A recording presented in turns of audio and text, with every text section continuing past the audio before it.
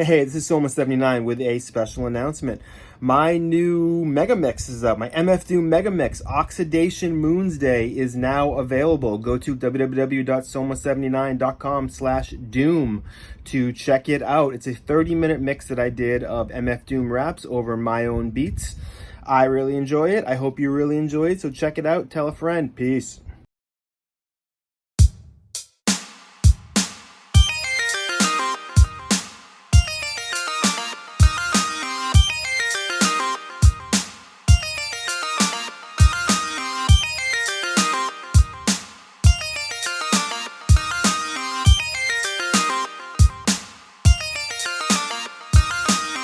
Hey, it's Soma79, host of the Articulate Ox podcast. Thank you so much for joining me today.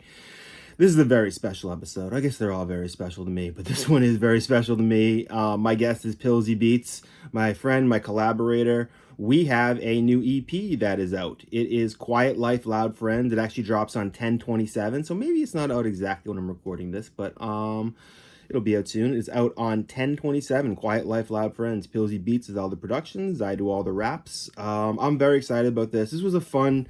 I haven't released an album since I think 2009. It's been a real long time since I've done a hip hop, like a rap album. I've done some instrumental albums, but this is my first rap album in well over a decade.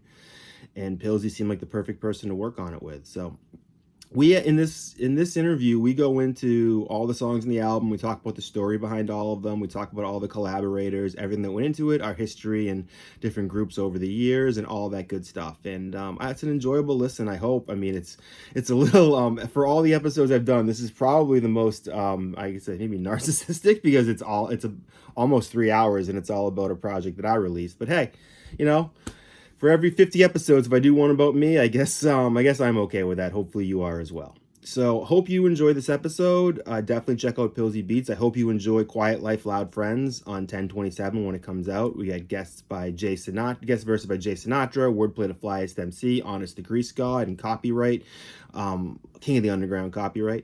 So I hope you dig it. I really like this album. I really love putting it together. I really enjoyed this interview with Pilze. So let's not waste it. Let's get back into it. All right, talk to you. Peace.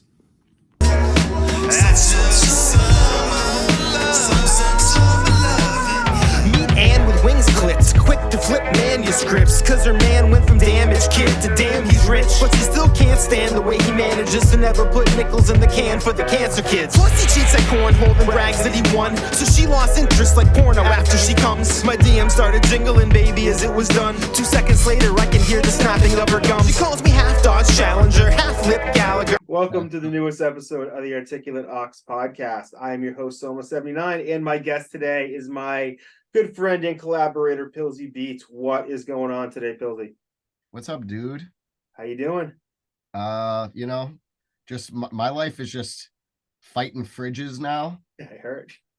You know what I mean? Just having fights with fridges. Yeah. Mr. Beats over here got a new fridge after fighting for several days, only for it to die after one day. So, yeah. There's going to be a lemon out of the block for like a lot of different products, but usually it's going to be dead completely. But the one day after is, Yeah, not work for 24 hours and be like, just kidding. Yeah. So, stay cool. But, so what are we here to talk about today? My kitchen. I know. Well, I'm glad you still made time to have this conversation. We're hoping to have a guest host on this, but they unfortunately had a emergency right at the end. They might be able to hop on at some point, so we'll see if they do or not. But whatever, we're more than capable of interviewing ourselves about what are we going to talk about today, man? I'll let you announce it. We're going to talk about our new project. Yes. Quiet Life, Loud Friends. Pilze Beats, Soma79, the new EP dropping on 10/27, which is either today or a week from today. I haven't figured it out yet, Mr. Hogan. Yeah, I was going to say, I'm actually not even sure of the release date. I'm not going to lie. 10/27. So it's the last Friday. It's the Friday of Halloween weekend. Okay. Yeah, and me and Onest the Grease God, we also have an album dropping on Halloween. So sweet. Keeping them going. Yeah, a big weekend coming up then. We talked a little bit about that too. Yeah. So the just want to say this up the bat, because there's always people that want to listen to 2 minutes and say, fuck it, I'm getting out of here.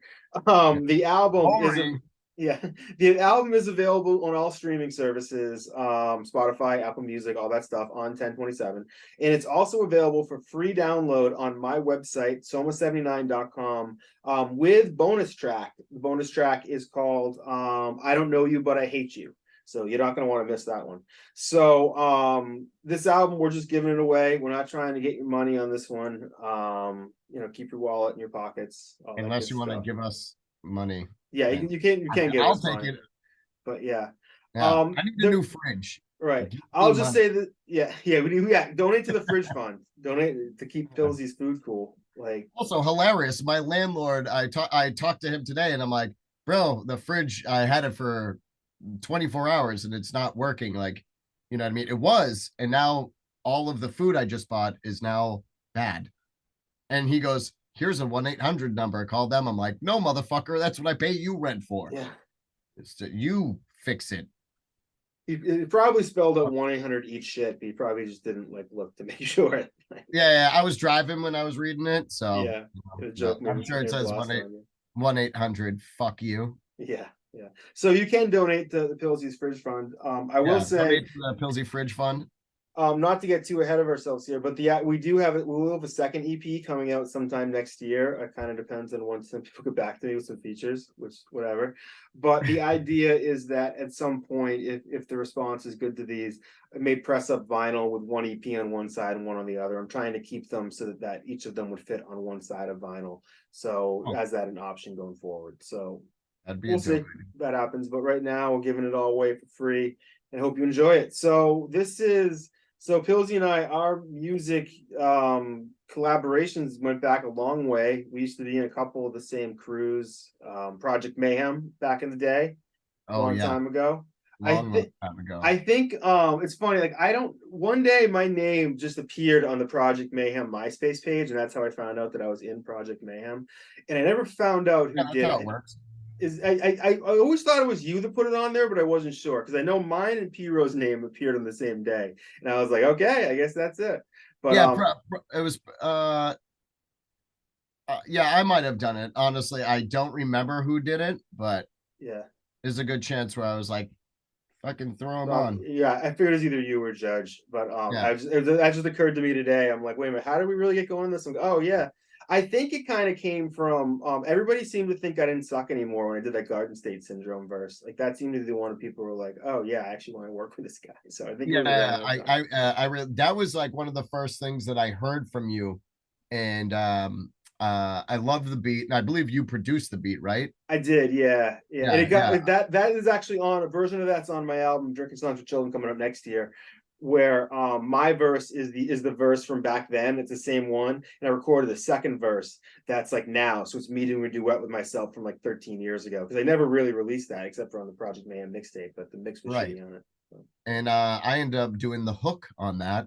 Yes, you got me to go back in the booth, which I haven't been in, and normally I just have other people recording, but you actually got me to get back in the booth for that, which is very like a rare. I probably would never do that for anybody else, or probably would never do that again. I appreciate it, man. And that was important because like that was the best verse I ever wrote. I still think so. I took a mental health day from work because I was severely depressed. And I remember I watched the movie Garden State for the first time, and that's the movie that's ironically about very much similar situation. And so he said something at one point, and I just paused, and I spit out pretty much that entire verse as it is today with a few tweaks and stuff. But at that one time, and then that was like I was like, oh shit, like this is like something.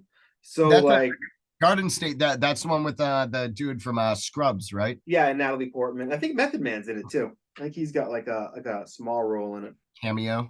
Yeah.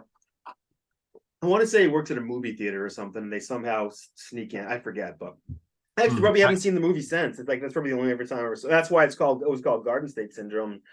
And that makes sense. Yeah, and then Judge was originally on it, but like he didn't want to have his old verse, and didn't really have time to record anything new. So that was the last thing I did was do the whole second. I'm excited. That's not even on this album, but I'm excited to share that with people. That's coming next year. So that was sort of how we met, was like on that song. And I think I probably first heard your stuff through, I think you and Mooney, who Trust Passion was on here before, working on stuff together. I remember a song, was it called Metal Wings? Yeah. There was a song that I originally I wrote it, and then and it was when I wrote like I basically I was in the middle of writing a song. I wrote half of it, and then I'm pretty sure I either went to go record it, or I was just like, I think just sang it to Mooney and Desolate that he used to go by at the time, and he was like, "Oh, that's sick. Let me get on that." And I was like, "Okay." And then it kind of like, we just kept making multiple songs together, and kind of go back and forth, and kind of like the Red and Meth type thing. Yeah. And I remember thinking you guys had a really good cadence off of each other, and it sounded really dope. Like, I remember hearing your first couple songs, and like, just I don't really being into it. And like Desolate too. When I had on here, he still is an incredible writer. We talked a little bit about that. Like the line about in a town we're dodging bullets it's easier than, like, the cops will kick your ass, then go and laugh about it at donkeys in a town where dodging bullets is easier than dodging junkies. I just fucked it up. Yeah. The line's insane. Yeah, he was honestly, like, as well, like bar for bar as a writer, he was always, I think, like one of my more of like like one of my favorite like people that like to work with, like, you know what I mean, especially like out of all my friends and shit. Like, I don't know, he just always had like, they're always like almost so like they were simple but complex, but like very, very catchy. It was very natural to him. Everything he said felt like something that it felt like it was him. It didn't feel like it was him putting on a performance. Or like so many times I would hear a bar and I would be like, I cannot believe somebody hasn't already said that yet. Like, where I never heard anybody else say that, but I was like, damn, that's so fucking good. But how have I never heard anybody else say that? Yeah. And it's funny too. It makes me think about all the times you hear about rappers who are like, oh, like you hear really dope rappers be like, oh yeah, but my friend back in the day, he was way better than me. He just decided to go to go to something else. And you're just like, well, what does that guy sound like? Like, where are those things? It's the story of so many people I know too. Like remember that dude Ether? He used to rap with that like Divine Rhyme and that, like, that whole, like, at that time, that era. And he was so fucking good. And you know what I mean? And he was just like, yeah. I'm just gonna stop. And I'm like, just so many people that I saw that had so much potential, just not do shit with it. Yeah. They just gave up, or just didn't. I don't know, like, it just, like, the drive was gone, or whatever it was, whatever that thing is. That they got as much as they were going to get out of it, or like they hit the point where it became hard, as I think, a lot of it. I mean, but for something too is like, I mean, I took years off from making music because it just wasn't in me anymore, and then I came back to it. It's like sometimes it's like you just, we only got one life. You got to do what you get, Yeah, that's true. I took like a big break from making music for like a couple of years. And then eventually you always get that itch again, it's like there's always that itch still there that you just haven't scratched yet. And it's just, what's funny too. So to frame this back, what we're talking about, Project Mayhem, we had at least one show, maybe multiple, where we opened for Copywrite, if I remember correctly. Yeah, definitely one. Definitely, there was one upstairs at the Middle East. I remember that. Yep. I remember there was another one where there was another one. I remember there was a picture of Copywrite in Hush's kitchen, because I think he came over there after. So that was the show prior to the one I'm thinking of. So I think that was the first one. And I want to say it was like, it wasn't an Eventual Mind show. It was, man, I'm trying to think of where it was. I remember it was at like a place I don't think we were ever allowed to play again. But that would happen a lot back then. Yeah, I remember that night was absolute chaos. That night was nuts. I wish or hopefully we're gonna have Copyright on sometime soon too. And I'm sure he probably doesn't. I'm sure that guy's had so many nights that probably chaos he might not remember it. Probably doesn't remember yeah, that's probably true. He's probably like, oh, that was just a Wednesday. Yeah, which is funny. We'll get to this in a few minutes. The first Mike Monarchy show, because I have some funny stories about that too. But so Copywrite is he's on a couple songs in the album, which I'm very excited about. He's on the first single that we released, Wheel Snipe Selly, with my other man, Wordplay da Flyest MC. We had him on the other day. That dude is ratings gold. Everybody loves Wordplay da Flyest MC. He's the coolest dude. I was gonna say he's super entertaining. I'm not gonna lie. I started like once I produced that song, and I was like, who's this dude? And then you like, you know what I mean? Like I started checking out a bunch of his stuff. I watched some of his battles. He's entertaining in the battles. And then I also watched a couple of his like vlogs. I like how he does like a vlog series, because he seems to always be doing something, you know, and he's a super entertaining cat. For those who don't know Wordplay, he's an Alaskan battle MC. He lives out in Juneau. He battles under a Pikachu mask a lot of times, which is, and it's just like, as we have had him on a few times. If you're watching this, you've probably seen those. But there's he has the bars to back it up. He's not just like a gimmick or anything. He's a wicked nice dude. He's like 25, but he knows like everything about like hip hop history.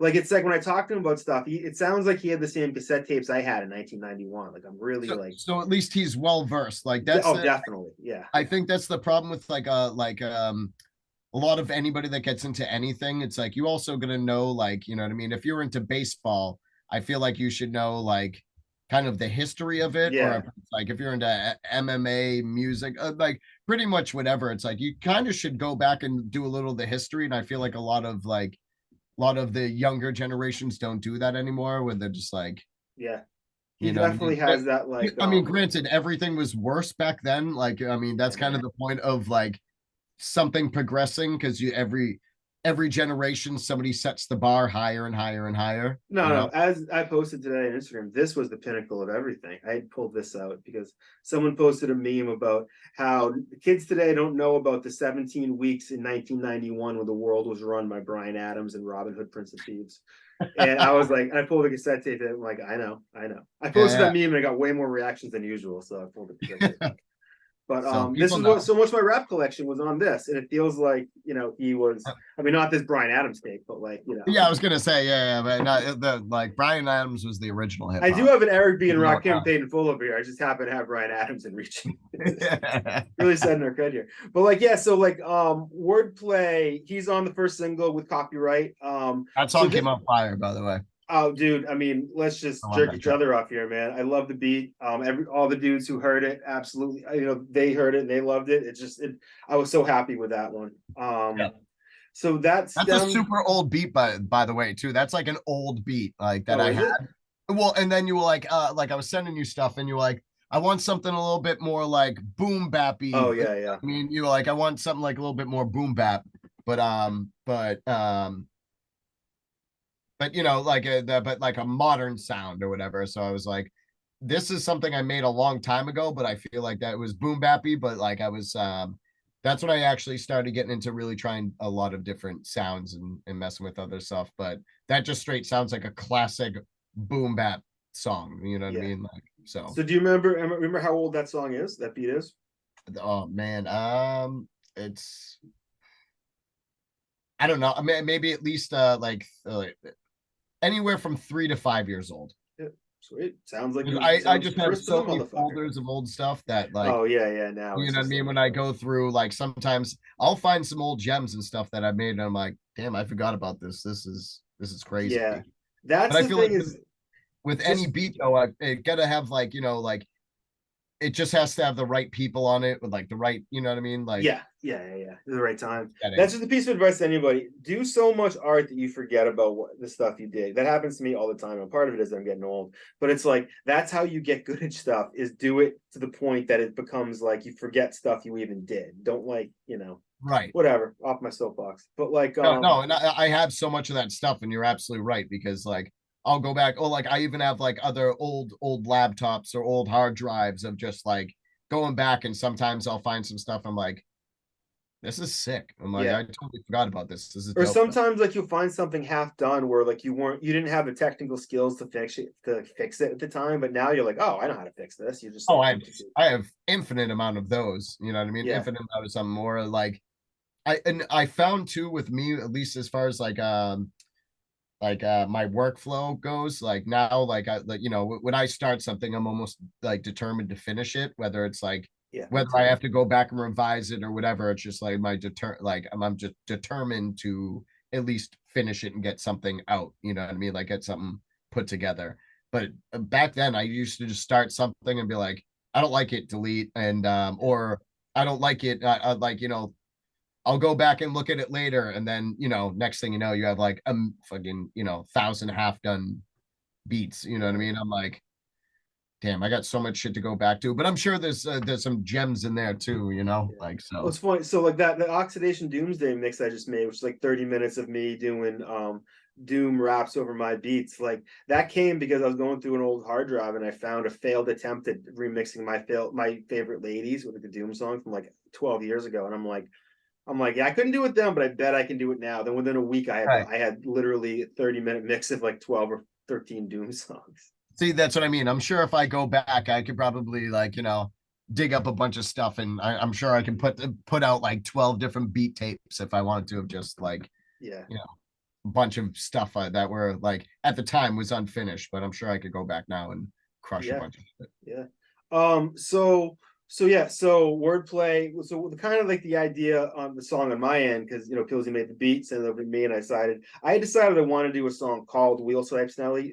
I can't even say Wheel Snipe Selly. It's a reference to this isn't really a secret because it's a reference. Letterkenny. Yeah, the show Letterkenny, which is a Yeah. show that absolutely blew my mind. And I got a little Letterkenny secret thing that I got. That's a special that's already done. That's part of Drinking Song for Children coming out next year. That I'm Oh, super you excited showed me about. that last time I came. I Yeah, came yes. to your crib. So I Yeah, don't yeah, want to say what that is yet, but yeah. so there's more Letterkenny stuff coming. But like that show, if you haven't seen it, it's absolutely amazing. It's Canadian Hicks, and it's on Hulu. I'm not Oh gonna do an ad yeah, for yeah. them, but I got actually super into it. yeah, it's Uh, fucking amazing. yeah, me and Liam, when I was living over at Leteb's house, we used to just get stoned and sit on the couch, and I was like, "Oh, check this out," and then we end up watching every episode, like just marathon the shit out of it. Yeah, it's fucking great. Both of us had the winter off that year, and we were just like, "Yeah, let's just marathon Letterkenny and get stoned every day." So as part of the show, there's two hockey players, Riley and Jonesy, and there's all these like this hockey slang they throw around. One of them is wheel snipe sally, and it basically means shoot, score, celebrate. So it's like wheel is like skate fast, snipe is slap shot or whatever, and sally is celebrate after you score. So it's like, but it can be used in other ways as well, just to be like to express a similar sentiment in different areas, Right, where right. you dominate and pat yourself on the back. So I kind of figured that was the perfect song. Wordplay is sort of a larger than life personality, like, and he's an He's a old character school, for sure. yeah, he's a punchline dude. Copyright is he's a big, he raps big, like he's got those big punchlines, and is someone who seems like he could wheel snipe Sally. So I kind of figured this was a song to kind of bring them all together. Like I had met Wordplay when I interviewed him for the first time. It was the first time I met him. We talked about doing a song, and in the intro I was like, we're doing a song together. I don't know what it is, but hopefully like it'll be out soon. And then coming out the day that our last episode came out last week was when Wheel Snipe Sally dropped. So this has been Perfect. It kind of comes full circle. it It's coming does. full circle. Incubating in the Articulate Ox, incubator for a while. Well, But so I the also so like how your podcast just makes you manifest things where you're I like, know. we're gonna do something, and then all of a sudden, boom, it happens. I'm glad I got to be a part of it. I'm Thank glad you. I got to put it all together. It's funny. I mentioned this on the episode you this good King Shamps. You definitely check him out. West Philly 187. His video is fucking sick. But like I talked to him about how like people have conversations with you in public they won't have in private.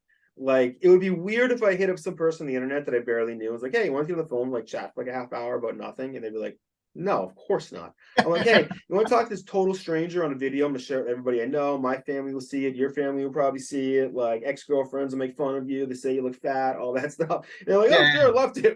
Like it's weird. Exactly. They're like, oh, that's gonna be broadcasted for the world. Yeah, no, I'll do that. Yeah, but it's funny that actually does make a big difference. It's I don't know. But so the album, and then Copywrite, who've been working with, we got a bunch of songs in the can with him. I want to say I haven't counted them up. We probably have close to 10 that are either done or almost done or out or coming out. With Copywrite? Yeah. We got a lot. I mean, yeah, we have a lot. Yeah, and a lot that hasn't come yet. And there's still allegedly one that's coming soon that he's that's the one for it. That's the one I think it was supposed to be the first one. And then it ended up, I think it might have been. Yeah. This one I'm really excited for because I went back and listened to it the other day and I was like, oh, I was on something that day. And actually, I'm going to get to what I was on that day in a minute because that ties into Quiet Life, Loud Friends. But actually, I'll get into that now. So this album was a little, yeah, I don't know. I'll wait till I ask myself later as if I'm going to remember. This album was in some ways born out of the prescription drug shortage in this country for Ritalin, because I have ADHD and I've been on time release Ritalin for like most of my adult life. And then all of a sudden you couldn't get it anymore. So I'm like, well, give me the other stuff. Like, give me the stuff that the kids like, you know, like crush up and snore. I mean, I'm an adult, I can handle it. No, there was still Ritalin, but it wasn't time release. Like, it wasn't the ones you take one pill and it goes the day. And I then like have ADHD. Well, you're the one. I'm just kidding. Everybody. Yeah, I was to say. Everybody. So like, but that first weekend that I switched my medication, I think I wrote and recorded 10 songs, or like 10 verses or full songs. And I'm pretty sure that was around the time that you hit me up and you were like, hey, get any, yeah, you were like, you get any beats? And then, you know, and I was like, yeah, like, you're like, get into like extra ones, like, you know, you were like, send me a little bit of everything. And and then I sent you some stuff, and then you were like, yeah, I already have songs written to those. Okay, so now just keep sending more. And I'm like, all right, I'm just gonna keep sending them. I think I did 10 that weekend, and a bunch of them are on, a lot of them is Quiet Life, Loud Friends. I think we made a couple for You're Scaring the Ducks. Yeah, because we hadn't decided which one was going to go on which. I was hoping to put out You're Scaring the Ducks first, but there's been some delays. I started mixing songs, and then I was like, all right, here's the track list. And then you went, half of those aren't going to be on that project. And I was like, okay. And then so I started mixing other stuff, and then I was like, just send me the track list. Yeah. You tell me what you want on here, and we'll figure it out from there. I started thinking today about what the track list is for the next one, because I'm like, got to keep it under 20 minutes. I know the title song will be in there. I know there's a song, I'll mention this, that Rex, he did a hook for. That was the last song I recorded in that 10-song marathon, and I kind of liked it, but it sounds like the last song you recorded in a 10-song marathon, so I got to go back and kind of redo it and tighten it up a little bit. But Rex totally killed the hook on that, so that's I was actually, I texted you about that. I forgot I told you that came in. Yeah, like a little while ago. I was like, hey, what's the deal with that? Yeah, so I'm excited about that. I'll share that with you as it is now. But and then Copyright be on that too, and then possibly Mac Lethal. I got decided what we're gonna do with that. I have a verse from him that we might try to do something with, but we'll see. That's the next one. It's I was gonna say, it's not the one. I didn't produce that, did I? Well, this one would. So I'm gonna take this verse. I have that album I put out years ago that I never really released online because there's kind of a lot of samples on it. So but there's a song with Mac Lethal. Nobody cares unless you're making a ton of money off of it, and then they're like, now we'll sue you. Yeah, and I just don't want to bet against myself, and the music isn't that great. So what I'm doing is I'm taking the best songs from it and kind of reviving them in a new way. So with that one, I think I'm gonna, and there's a few lines in my verse that I want to change in that because I feel like they don't age very well. But I think I want to remix that song and release it again, but with some slightly tweaked verses than me, and use his verse because I have it in the can. Like, I might as well use it, you know? Yeah. I mean, once again, that's why I'm like, it's funny. I watched I don't know, it was some podcast or interview or something. I don't know, maybe it was nothing, but this guy, he basically said that he was like, he goes, if you're like what are you holding on to stuff for? And I actually just got off the phone with somebody else that I was talking about that with. They were like, what are you holding stuff for? Like, what are you saving it for? You know what I mean? Right. It's not like you know, like, unless it's for like a specific project or something like that. But besides that, like there'll be stuff that people are like, no, but this one song, I'm holding on to this one. It's like, but for what? You know what I mean? Right. Like if you either want people to hear it or you don't, you know what I mean? So Right. you either put it out there and people like it and listen to it, or they don't and they don't. Right. You know, like I think a lot of people are scared of now that like we live in an age where so much good music doesn't get heard. There's just so much music out there, and it's like every time someone discovers a new song, it replaces it. They don't even think of it this way, but it replaces another song they listen to. I discovered a new song today. I listened to it 8 times. That was 8 times I didn't listen to another song that I may never hear again. So it's like that's sort of what you're competing for, and that's kind of tough because a lot of people make their choices on music based on emotion and not based on, oh, I'm going to find the best thing. It's because or people very rarely find a song that they like so much that they'll listen to it 8 times in a row. Right. Or there's some people, you sometimes get in a car with someone and you don't see it so much anymore, but I remember years ago, you open up their CD wallet and it's all like soundtracks to like Rent, soundtrack to singles. And you're just like, this person doesn't even know what music is. Like, and it's like, that's a lot of people. So it's like, I think a lot of people have the fear that like, oh, it's going to come out and there's going to be like 2 streams. And it's like, well, that could very well happen. But like, I think people have to put a little bit of effort into like, getting their stuff out there. And like, if you're proud of something, don't be scared to be proud of it, I guess. Well, like, I mean, going back to that other quote or whatever that I heard, that they were saying, they were like, who are you holding and saving this for? You know what I mean? Like at that point, like you're almost late to your own party. You know what I mean? Like if you're not putting something out, it's like, what, like what's the point? So and it took me a long time to do that because I would have that mentality like, oh no, I'm gonna save this for this and put this on this, and it's like nobody gives a shit until they give a shit, and so unless you have a real concrete plan, unless if you're saving it for some existential someday, it's like it'll never come. Just or even then, like once again, by the time you go to put it out, it's already too late. You know what I mean? It's like once again, you're already late to your own birthday. Like you're late to your own party because like by the time you put it out, it's like when the time that song had its relevance is when it had its relevance and you should have put it out. Because now like that thing that you thought was going to be this big thing, when you put it out, people, like I feel like people overlook that. So it almost like lets you down even more because people like, it didn't have the effect you wanted it to have, or you thought it was so amazing that you were going to save it. And by the time you put it out, even then, maybe you even have way better shit now. And so by the time you put it out now, people are like, yeah, it's okay. Anyway, what's the next one? And you're like, I feel like the same thing with like a lot of artists or something like that, where they're like, I spent so much time on this painting or this piece of art. And, people are like, yeah. And then they look at the thing that you put zero effort into and just like, just threw it together or whatever. And people are like, that's amazing.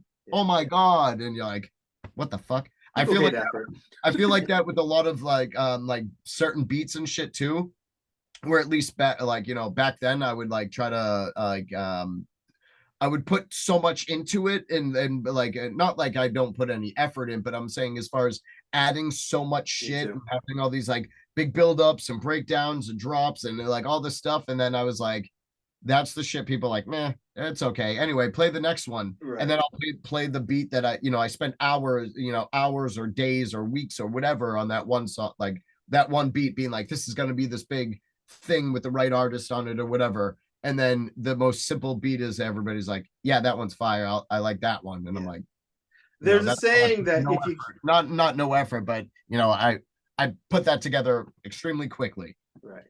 There's a saying that if you can't blow them away with brilliance, dazzle them with bullshit. And I think that was, because I used to do the same thing where I'm just like, okay, maybe this isn't the best bass line in the world, and maybe this isn't the best, hi-hat in the world. But if I cram a ton of shit all around it and all of it is mediocre, it'll add up to something better. Like I'm essentially trying to play Moneyball with like my beat. And it's like that. It's like if you can't pick up an acoustic guitar and play a little something, then you probably can't play guitar. And it's like there's a little bit of that to beat making, where it's like you just gotta like fuck with it till you know what you're doing. Right. And after fucking with shit enough, for enough time, and I feel like I was always good at picking samples and everything anyway. Like I always thought I had a good ear for that. But as far as like starting to play stuff and like start using more like beat machines, or you know what I mean, like I don't know, like the MPK, or just like any other like little thing I could play with. Like that's when I started being like, all right, let's see what I can really do, Yep, I totally feel you. So yeah, Wheel Snipe Sally, that is now, it's been doing pretty well. So I'm excited about that. I saw like I picked up, it's been on a bunch of playlists and it's got a bunch of views. So I really appreciate that. I think there'll be a video coming for that at some point. I think Wordplay might be coming out here in November. So yeah, that'd be cool too. Like I've talked to him a little bit online, but like I never got to really, I'd like to be able to sit down and meet him and yeah, I've same here. I've never met him in real life, but like I think he was talking about coming out. So if so, we're gonna shoot some stuff. If not, I had a concept for the video. I don't want to give too much away, that we can do sort of easily without, on the considering that it's gonna be Alaska, Ohio, and Boston, trying to pull this thing together. So more about that. There is a video though for the first song on the album. These Trees Have Eyes, that I believe, I'm thinking about when I was going to drop that. I think we may drop it the day the album comes out. I'm thinking about doing that. So the video does, I think you should drop it a few days before the album comes out. It might not be a bad idea. Maybe I'll do that.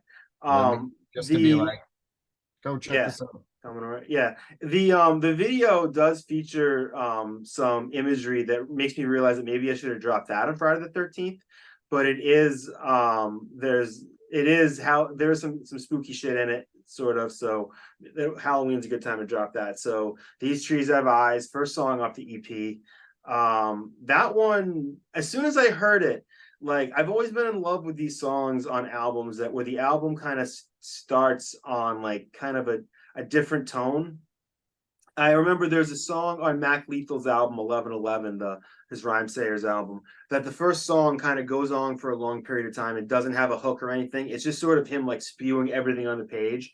And like that's sort of what I was going for in this, where I didn't want there to be a hook. I just want to be totally atmospheric and sort of be the thing that embodies what Quiet Life, Loud Friends sort of is about. It's basically it's a run-on sentence. Yes. As I'm saying, giving a run-on sentence about it. It's just a run-on sentence. Yeah. Do you have any memory of that beat at all, of making it? Dude, I don't have any memories at all. Actually, now that I think about it, you're wondering how you got where you are right now? I think I forgot everything I remembered. Yeah. No. As far honestly, that was, I remember for a while, like every time I make a beat, I would try to make it sound like the complete opposite of the last beat that I made. And I think that was around the time that I started trying to make some dance music, which I also still plan on releasing. A little, like, I want to make some dance music too. Yeah, dude, I got some stuff I want to send you. Actually, I'll send you even after this. But yeah, I started making some dance music, and I was like, you know what? I'm not like, once again, I was like, I'm gonna just completely step out of my element and just try something I've never tried before. And I did it. I was like, that doesn't sound half bad. Yeah. I was like, maybe I'm onto something here. And so I started really, and then I started making, I started trying to make a little bit more like rock stuff. A little bit more like acoustic stuff. Like I started just kind of, once again, just like, let's see where this goes, and started kind of really just kind of stepping out of my element and out of my comfort zone. And I remember that was one of those beats where I was like, okay, I'm gonna try to make like some hip hop shit again. And I made that, but I remember but I was like, I'm gonna pick some super weird like sounds and everything. So when I started like messing around with it and playing stuff, I was like, it sounds super weird and like creepy, like eerie. But yeah, I remember thinking, I was like, this sounds cool as shit. But I was also in my head, I was like, I don't know who who would use this basically. It's because when I heard it, it was the perfect sort of atmospheric thing. I'm like, oh, this is a good way to get into it, because I wanted something that had atmosphere to it, but was going to leave me room to kind of like show off a little, because I really wanted, like, this is the first song on the album. I wanted to show off sort of my writing skills and show that like my flow has improved over the years. And so that's like an airy beat, but also like an airy beat. Yeah. Where it's like, it definitely leaves some room for, you know what I mean? Like Yeah. The writer just say something, Right. When I dropped in like the cricket sounds in the background, that's when I was like, oh, I really like that. Like I thought It's that really funny because sounded. when you sent it to me to mix it and master it, like when I heard it, like I remember you being like, oh, I got this like this crickets, like the crickets or whatever that I looped that I want you to like keep in it or whatever. And Yeah. so when I started mixing the beat and I mixed the cricket stuff into it, I was like, all right, I see where he's going with this. Like I liked it. Like I feel like that almost added a whole nother element to it that I didn't know it needed until I heard it. And I was like, damn, it definitely needed that. Yeah. But I didn't know it. And I already had the video in mind at that point too. So like Right. it And was like apparently you already had a whole visual, like a whole thing, idea behind it that I also had no idea about. So I was like, yeah. all right. That came together with our former Mike Monarchy bandmate Nick Narconics Pascarosa. Him and I shot that like extremely quickly one day on my When did you backyard. guys even shoot that? Where? When? God, it was we shot it in 2 hours, I would say. And that in probably 2 or 3 months. I see the video's been done for a while. So it was I want to say August, maybe. We probably shot it in August. Yeah, because I feel like I honestly I don't remember when I sent you that beat, but I feel like I sent that to you a while ago. Yeah, because this I'm trying to think. I think my medication change happened in like May or June. So I think that was around the time that I spit out a lot of this stuff. Maybe even earlier. I forget. I think it was earlier I than think it that. was earlier too because I was looking back at some emails today about some who still owes me a verse, and I was surprised at how long ago it was. So I think it probably was maybe March or April. But Right. That's why I was like, I feel like we've been working on this for a while now. yeah, Or at least shooting ideas back and forth and you being like, I got some ideas for this. Hey, can you send me some, kind of just like had some rough ideas of what you want to sound like in your head. And I was like, I got that. Yeah. And the goal too was that like so I've had a whole hard time making beats for myself. So when you came around being a producer and had all these beats, I was like, perfect. This is exactly what I need. Because it took a lot of pressure off me to try to like do something that felt overwhelming in my head to like make beats that I thought would objectively work and then write to them. It wasn't there. Well, I feel like like at least as far as like me producing again, I remember I took I took time off and honestly I just studied a bunch of like the music business side of it, Yeah. and which I've been terrible at implementing, but I know it now. I have the knowledge, and knowledge is power. And but but when I started making beats again, I remember I started producing again and I did a lot of stuff that just to get back into it and get the back in the swing of things. So when I started producing it, I had a ton of stuff that I was like, this isn't ready for like human consumption yet, but I was like, I'm getting back there. I'm getting there until like as far as I just wanted to get my sound right, as far as like, my mixing and things like that. Cause I'm like, I always feel like I always made dope beats. They just, they sounded like shit. Well, the other thing too, so that's something new that I think with this EP was something a new experience for me is that like I've realized that a lot of the beat making process is really that you sit down, you make a bunch of beats, which is what I did for that Oxidation Doomsday thing, and then you sort of send them off, and they're not finished yet. And I think a lot of people treat those beats as finished. It's like they're the first song of they're the skeleton of the song, but then like being able to take the time and patience to go, okay, this is where it should drop out. This is where we need the bass a little more. Is like that makes a big difference. Oh yeah, and that, like I said, that's the thing that I think I had to spend the most time on as far as getting back in. I was like, as far as like all of those little fine details, and they're all things that like I put at the back burner back when I first used to make beats. I would be like, oh, I just got to make the hardest sounding shit, Yeah. and that wasn't the case. Like that's when I started really fine tuning and mixing stuff, and that's when I was like, oh, okay, to like this sounds way better now. And so I don't know, that just improved. That's just one of the skill set that I needed to improve on. Yeah. So as for in terms of lyrically on These Trees Have Eyes, that was a song that like a lot of my songs I kind of It's a fictionalized version of myself. Like I approach my writing not like, some people are like, and totally cool. They're like, I don't rap about anything that I haven't lived. And like I would love to be that way, but like I'd be rapping a lot about spreadsheets. I'd be rapping a lot about like going to check the mail and rapping a lot about not leaving the house. Well, So that, what I I've sort also of heard I've also heard so many people say that where they're like, bro, it's entertainment. You know what I mean? that's Like how I approach it. people aren't like, you know what I mean? Like if that's all you that you rapped about was shit that you really did, I feel like 95% of rappers would be out of a job. Right. You know what I mean? Or Yeah. they would just be rapping about their real job. You know what I mean? The way I approach it is was sort of the pro wrestling approach, where it's like you look at someone like Stone Cold Steve Austin or The Rock. The personalities you see on television are just blown. They're their own personalities turned up to like 11. And Right. like so I sort of think of like my rapping personality as like an alternate version of myself. It's a version of myself that might have existed if I made some different decisions in my life, but it's like it's the more interesting version of myself. It's You are an interesting dude. thank you. But it's so I try to explore things that like it's sort of like things that exist in me even if they haven't existed in the physical, because it's like I live so much of my life in my own head, and it's sort of like welcoming people into like the part of me that I'm spending most of my time in but everybody else doesn't know about. And so but that first song, These Trees Have Eyes, is really, it's more of an autobiographical song than I think almost anything else that I've done. It's more about the concept of you run away, but you can't run away from yourself, which is like when COVID started, I was living in a one bedroom apartment with two cats, and like feeling like the walls are closing in on me because I was working from home and never leaving the house and not really knowing what to think of all this stuff like a lot of people. And I was like, fuck it, I'm just gonna move and buy a house. So I just Also, your fucking house is amazing. That's like that's literally my dream home. It's falling apart. It sucks. No one come here. Yo, do you have a fridge? Does it work? You want to borrow Just it? saying. Just saying. Yeah.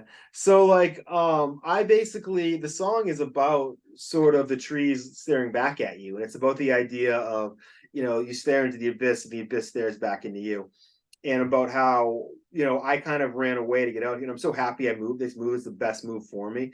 But the song was a reflection of a different version of me, where it's like, I would never have been out here if I didn't have a long relationship that ended a few years ago. And so like this song there's a line in the song about like I came to the country after my world dumped me, to let my lungs breathe and something like that. So that's sort of what the song is about me trying to regroup myself now that as I'm trying to restart a new stage of my life, but also feeling that paranoia, being like, okay, I got away from everybody, but now it really is just me.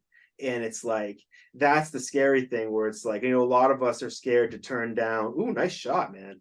A lot of us are scared to like turn off our phone to do any of this stuff and be alone. This is a song about what happens when you actually do force yourself into being alone. Actually, my dream. I would love to just literally have a house in the woods and be alone and just make beats all day. That's Literally. what I've been saying for like Nothing 10 would be years. happier. Nothing would make me happier. Well, it's funny because like not I don't like to talk too much about my personal life, but you knew my ex. I don't want to mention her name because she's a pretty private person, but like she's a great, awesome person. We're so close. But like when we were together, our long-term goals, mine was always I want to go in like the middle of nowhere and just sit and do my art and then communicate, like kind of like deal with the world on my own terms. And Yep. she always wanted to kind of live in a city, and she just moved to a major European capital this week. And I bought this, and it's like it's sort of like it was obvious we both had right, we both had different visions, and it's like we got what we wanted though. But like that's how far back I wanted this stuff and how bad I wanted that. Like I didn't like, neither one of us wanted to give up on our dreams and what we really wanted. So nobody wants to compromise. That's the right. And I think we're better off for not having done it. And it's like that's sort of where all of this music was birthed out of that. I was done doing music when I was living in a place that I really liked, but was not conducive to making music at all. Like not just like, structurally, but just like geographically and emotionally. And I just had given up on it. And so this being the first song on the album that comes back where it talks about that a little bit, to me is sort of symbolically significant to me.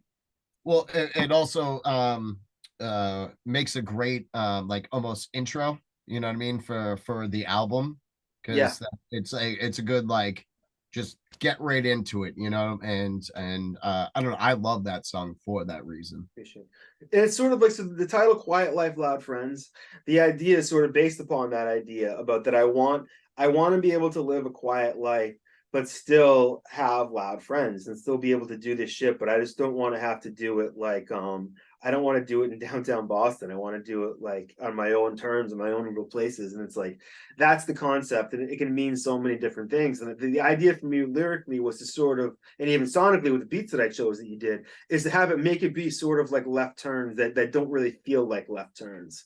Because that first song sort of ends, it's like a song about like kind of like smoking weed and being paranoid, and then it ends, and we didn't plan this, but Wordplay comes in going, somebody open a window or something, because like he doesn't smoke weed, and I assume somebody then was probably smoking weed, and that's what he was probably saying. So that was one of the reasons why I put that up against each other too, because I'm like, that fits sort of well there, where he's just like, it's almost it's like, we've heard your bullshit poetry stuff, yeah, let's open a window, get that shit out of here. Now we're gonna rap, you know? Yeah, and then it goes into like, you know what I mean, like that song, which is I think perfect, like the perfect right. As much as it's like a transition, it's a fucking jump, you know what I mean? Where it goes. And then another accident at the end of that song, Copywrite ended the line about anyone riding with me is bound to get basically saying that if you're in a car with him, you're basically going to be dead because I'm driving like the lunatic. And basically, it's, I don't want to say it's a drunk driving joke, but he sets up a metaphor. He says something about driving with me in a hearse and dive right in the, you might as well you might as well drive in the hearse and dive right in the dirt. Basically, you might as well kill yourself if you're driving with me.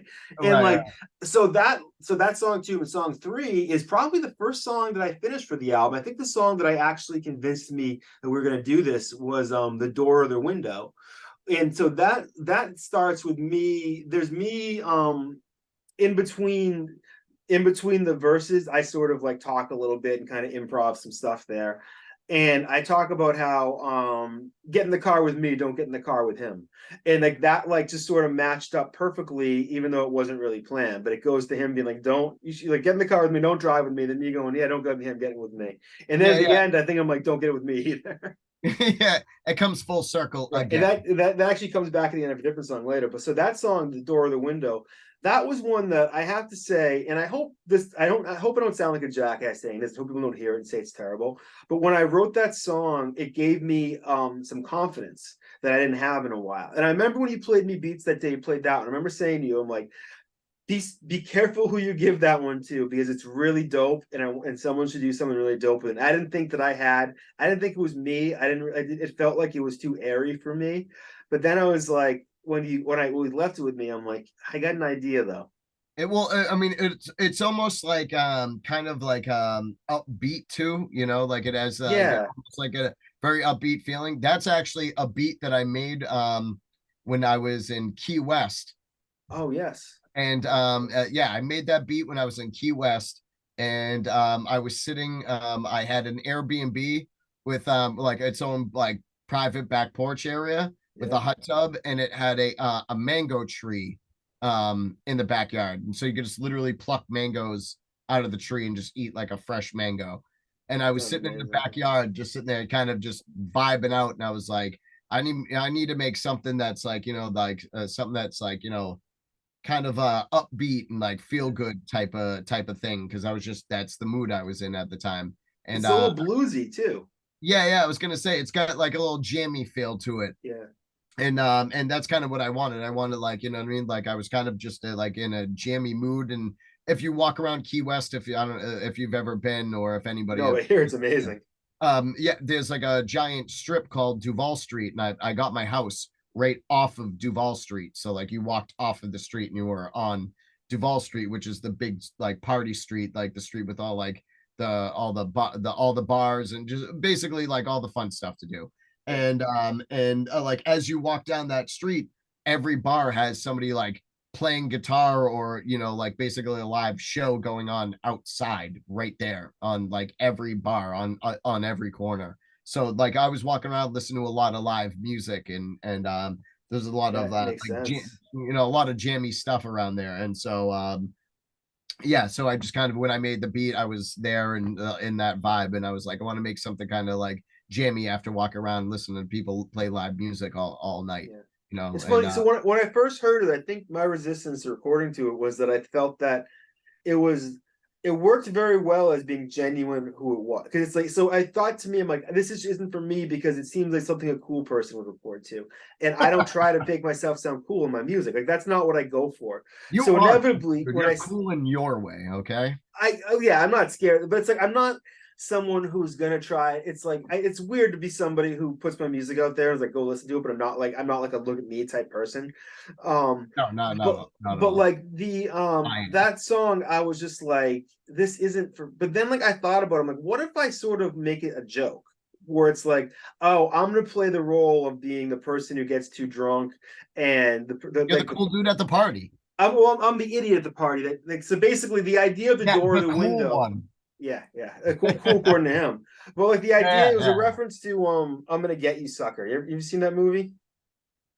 I'm gonna get you, sucker. That it sounds It old. was like I think a Wayne's brother movie from back in the day, and there was a running joke in it where they go, you can I forget the exact wording, but it's like you can either leave, they either take the stairs or the window, basically saying you can either leave on your own or I'm gonna throw you out.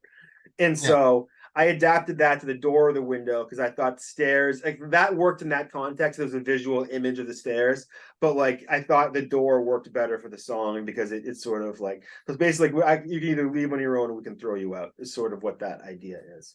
yeah. Yeah. I also you have so many lines in that too, because once again, it's one of those beats. I was sitting there just like when I was last time I was at your house, I was sitting there playing a bunch of beats of just and I think I just came back from Key West Yeah, around you had it. that Yeah. time too. And so and I remember playing you beats and I was like, oh, here's one that I made when I was in Key West, like feel like, just in a super vibey mood. And also, by the way, all the mangoes from the tree would just randomly fall off. So I'd be sitting there making a beat and then like a mango would fall and Oh like my hit me in God. the head or like almost hit my laptop. I'm like, ah. So Mangoes are tasty as shit. oh, they're mad good, especially a Yeah. fresh ones. Pluck it Yeah, out. shit, I bet. But So yeah, I remember playing that beat and like that is one of the beats I played for you, and you're like, dude, whoever used yeah, that, like that's one of the ones you saved. You like yeah. save that for like what I mean, like the right moment, the right person, all that. And I'm I like, was so certain it wasn't for me. And then yeah, when I wrote it, I was just like, oh, because I hadn't written a solo. This is what it was. I hadn't written a solo song. I'd come back a few years ago, and almost everything I did for Drinking Songs for Children, which is already done, like all the old solo songs were mostly old songs, and the new stuff I did were most of the collabs. So I don't think I'd really recorded a new solo song in like maybe 15 years. That may have been the first one. So after I did it, because I was feeling like, okay, well, I can do these collabs and people are into it, but like, I got to be able to do my own stuff. And that was a song that I felt a breakthrough on. I'm like, oh, this is like a new personality. This is a way I can vibe what I want to talk about, but have it work, So yeah. I Is was, this when you had like the med switch too, or this is the before that, I think. I think this was I think I had written this song, was in this feeling, okay, I did this one.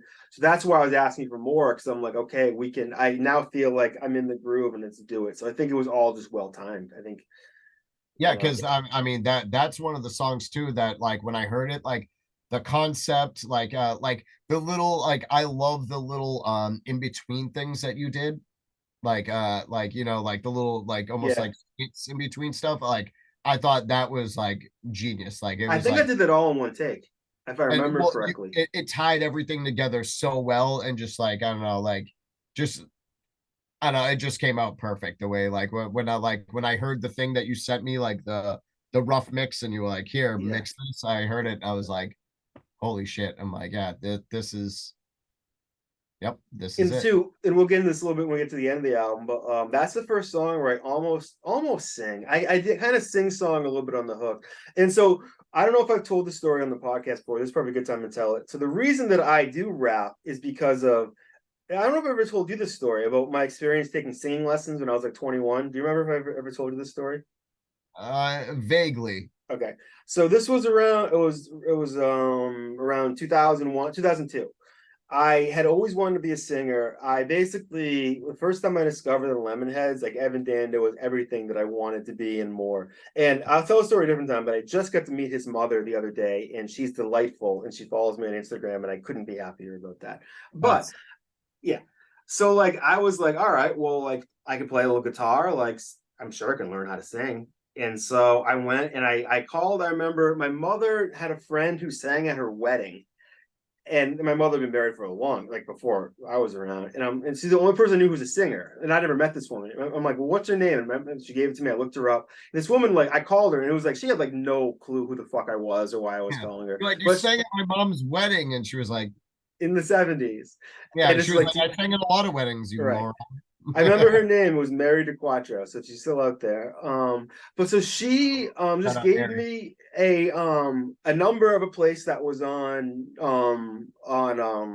Mass Ave in Boston, right across from Berkeley. And she's like, "There's someone here. Call them." I'm like, "Okay, I got a name." Was it at Bristol? It might have been. I don't. Well, I remember the person's name, and I don't want to tell it because of the way this story goes. I was gonna say Bristol Studios was a studio that was across the street from Berkeley, right next to like the Army Navy store there. Yeah, yeah. That was And probably it then. and there was Bristol Studios because I used to go there and take free Pro Tools classes because they would be like, oh, certain nights of the of like Yeah. the week or the month or whatever, they would do free Pro Tools classes. And So cool. because I was broke as shit and I could never go to Berkeley, No, it's still awesome. I went to free classes at Bristol, and so I would go to free classes and learn whatever I could there. Yeah. So That's yeah, dope. Yeah. So I think that was probably the place. I think they probably even, I think I saw that name recently. I think they're still around. yeah. So I go there and they give me the singing instructor, and I don't want to say her name. I'll just say her first name. Her first name was Crystal. And she had a real Phoebe from Friends vibe, like hardcore. And she was, I remember, I was 21, I think she was 33. And she was like, she was Phoebe from Friends. And I had been dating at the time my first real love, who's actually on the album cover. She actually is the only person who noticed herself so far. That the album cover is a lot of old photographs of me at different times and you. And anybody who isn't one of us, I've drawn over them with different characters. I didn't want to deal. I thought that was sort of funnier and sort of would work better. And I want to give it a cool colorful feel. I didn't want to deal with people like being like, why? I liked it when you emailed me the first draft. I was like, Yeah. I like. And I'm like, we got to get you in here though. Like, yeah. and so like she actually noticed. She's like, "That's me." I'm like, "Yeah, yeah." She called her on Facebook, but You should have said no. That's actually Pilze. yeah, you were standing right behind her, but you weren't actually there in real life. It was a picture that I'd superimposed Oh, sort perfect. of after. But like, so her and I had. She was living in Colorado, and I was living. It was like a long distance relationship in early 20s that was destined to fail. We met at a rave, so whatever. Very nice young woman. What? And that didn't last? Yeah, I know. Though oddly enough, if I hadn't gone to that, I never would have met you guys because I met her and her best friend that night. Her best friend met Skippy at a rest area coming back from the same rave either that night or within that summer, and that's how I met Skippy, and that's how I met Judd, and that's how I met all you guys. So that was like it all ties together into that. That's wild. Yeah. So I was taking singing lessons, and this woman kept telling me, "So you're doing better," and I'm like, I feel like I'm not doing better. I remember I went in there, I tried to sing Sublime, whatever the first big song they had, whatever it was. What? No, the one off the big album. That's not it. It is, but no, it's what I got. That's what it is. That was one of the songs I tried to do. I tried to do Lemonheads, the outdoor type, and she was like basically being like, "You're getting better, you're getting better," and I'm like, "I don't think I am." And then one week she couldn't make it, and they gave me a different instructor, and the instructor was basically like, "You're wasting my fucking time." Like she was just like you've been doing. She was basically like annoyed that I was Courtney there. Cox from Friends. It might have been. But no, I do remember this woman was she was a black woman, so obviously she had no correspondence on the TV show Friends. Like, so she was like, there's nothing there because there's no black. She was pretty whitewashed, except for when they bring in Aisha Tyler towards the end. But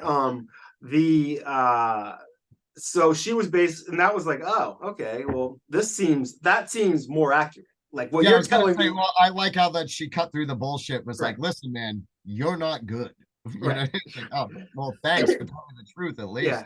And so then, like, I think I had one or two more lessons left with Crystal, and she but then I remember my last lesson with her was her last lesson at the entire studio, and then she was moving to California to pursue singing. And so it was also my first lesson since my girlfriend and I had broken up. And I remember I was in a bad mood, and like I'd mentioned that to her. I'm like, oh, my girlfriend and I broke up, whatever. And It's it like, sort of use went on. that. What? Yeah, He's yeah, like, whatever. use Well, that it pattern. wasn't me the one to use it, it was her. So the lesson goes on in the end, and I mentioned something about somebody else. I think it might have been my brother or something. And she goes, well, is your brother as sweet as you? And I was like, oh, what? And I was like sort of oblivious. I'm 21 years old, not used to being hit on by like older Phoebe-ish women. And Did she you was like, bang the teacher, the singing teacher? story's not that good. And Oh, then she was like, no. then she was like, then she kind of got that I didn't get what was going on. And then she was like, well, is he as cute as you? Naive young boy. I know. She was like, well, is he as cute as you? And I was like, I didn't really get, I just didn't get that I was being hit on. And that's like how, I think it was probably low self-esteem that I didn't ever imagine she would. So when she did, it didn't even strike You me just as went through a happening. bad breakup. You're like, whatever, lady.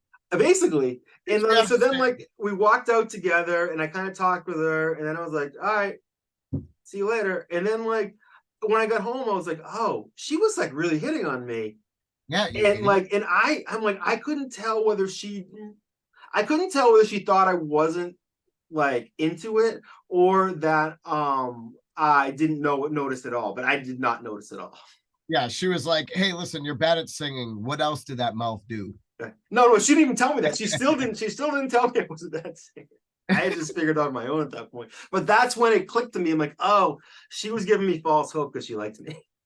Yeah. She just wanted you to, have that confidence. And that's when singing ended for me. That's when I was like, all right, well, it's time to rap. Because I do remember I bought my first drum machine at Daddy's Chunky Music, which was right below that studio. So that was like around the same time where I was just like, this ain't gonna happen.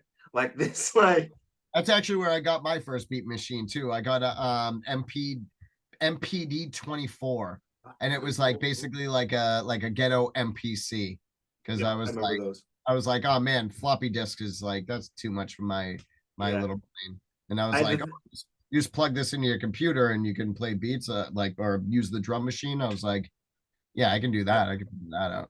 So all that story is to say, eventually now, this was the first time I sort of attempted singing really since then. And it was because I knew that I could do it in sort of a controlled environment, and I understood better the limitations, what I could do. And we'll get to Summer Lovin' in a minute, because I think that story behind that's kind of funny. But like, so that to me was, yeah. I was gonna say, I was like, well, also then, you like, you also have the power of so much more like technology and stuff now, where like actually in one of those Bristol classes that I went to, me and Matthias from Cloak and Dagger actually used to go to him. Shout out Matthias from Cloak and Dagger. Yeah, and shout out Cloak and Dagger. We used to go to those free classes, and I remember that was like one of the teachers said that they were like, it's all in like, a lot of it is in the engineering of stuff like that. And I was like, like I always, you're always like, yeah, but the guy was like, he goes, Paris Hilton has an album out, and he goes, do you think Paris Hilton can sing? And I was like, yeah, he thinks she was born a natural, like, yeah, he was like, do you think she can sing? And I was like, probably not. Brooke Hogan has an album. Yeah, exactly. I was like, I don't know her personally, but I assume she can't. And he was no, and he was like, it's all the engineer made her sound like, you know what I mean, made her sound amazing. And he was like, so you can make anybody sound good, or at least halfway decent, or amazing if you know what the fuck you're doing.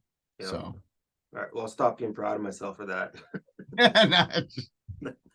But I thought so. That's no, but you actually did do well. Like with like even like all the stuff you did send me, I was like, okay. Well, the idea is that I've learned better too, that like there's a lot of people who can't sing that have made a career singing.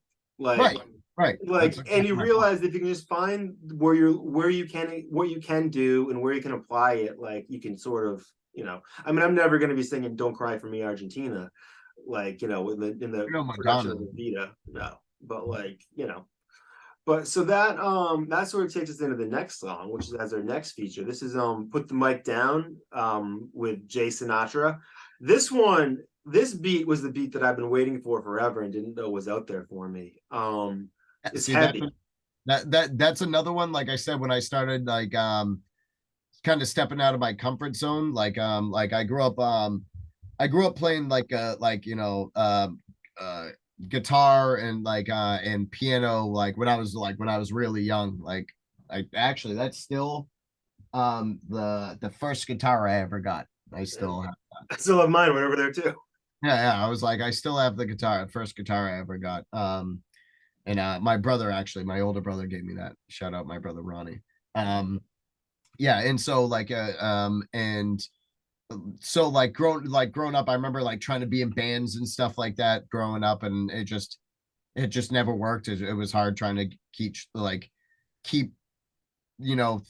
to 5 15-year-old stoners together to do shit, and like who don't know how to play instruments yet either. That's the other like I mean honestly, actually a lot of the people that I played with were actually so much even better than me. And so like they actually were doing, but they just didn't know how to like cohesively put shit together. It's hard. We've been in two groups together and neither of them lasted, so like and it takes a lot to put something together or keep something together even. And so like even then when I made that beat, that was me kind of going back to like my band roots and everything like that. And I was like, I've always liked I've always grown up listening to hardcore, or just just I'm a huge punk fan. I love punk. It's punk and hip hop, my two favorites. Yeah, and I love heavy shit. So it's like, you know what I mean? Like heavy shit gets you pumped up. And I started going back. I was like, you know what? I'm gonna start doing some more like, heavy shit and like, kind of mixing, like hip hop and punk, or hip hop and rock again, you know what I mean? Or like hardcore. Well, remind me of speaking of Mike Monarchy, like, two of our songs that people liked the most were Just Bring It and The Other Shoe. And those were songs that I remember I recorded my verse of those songs. I wrote and recorded them really drunk. And I really fucked up my voice doing it. Because I was like, there's one of them I start, you're getting drunk, Soma, now. And then it was just like, after a few beers. And like, I really like went at it. And it's like, this beat reminded me sort of like as an elevated version of those. And I was happy to have something again like that again that could really just bite, Yeah, no, and I like the fact that like once again that was another one of those beats where I was like, I'm gonna send you a little bit of everything, from like like some more like I guess poppy sounding stuff, some more like vibey jammy stuff, like some kind of like some more like rock stuff, like some like bluesy stuff. Like I kind of sent you a mixture of everything, because I know you're very versatile too, and I guess it really depends on the mood you're in. Yeah, I'm into left turns. Like I'm into there being a surprise around every corner. Like that's sort of, so I want there to be like a big, difference there. And I think when I produce, that's kind of how I do it, where like I said before, I'm like, I try to never make the last beat that I made sound like the next beat that I make. Like I want it to be that complete like left turn, right turn, like almost like you're fucking like I'm getting lost on purpose, almost like just see if I can find my way out, really, kind of test myself.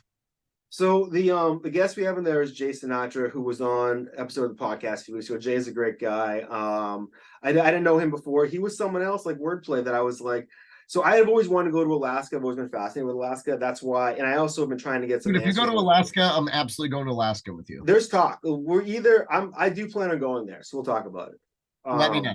Yeah, let's go to fucking Alaska, dude. Yeah, in concept was talking about going to there's Alaska. So what I'm thinking is like we'll talk about this more offline. Seems like Alaska's popping.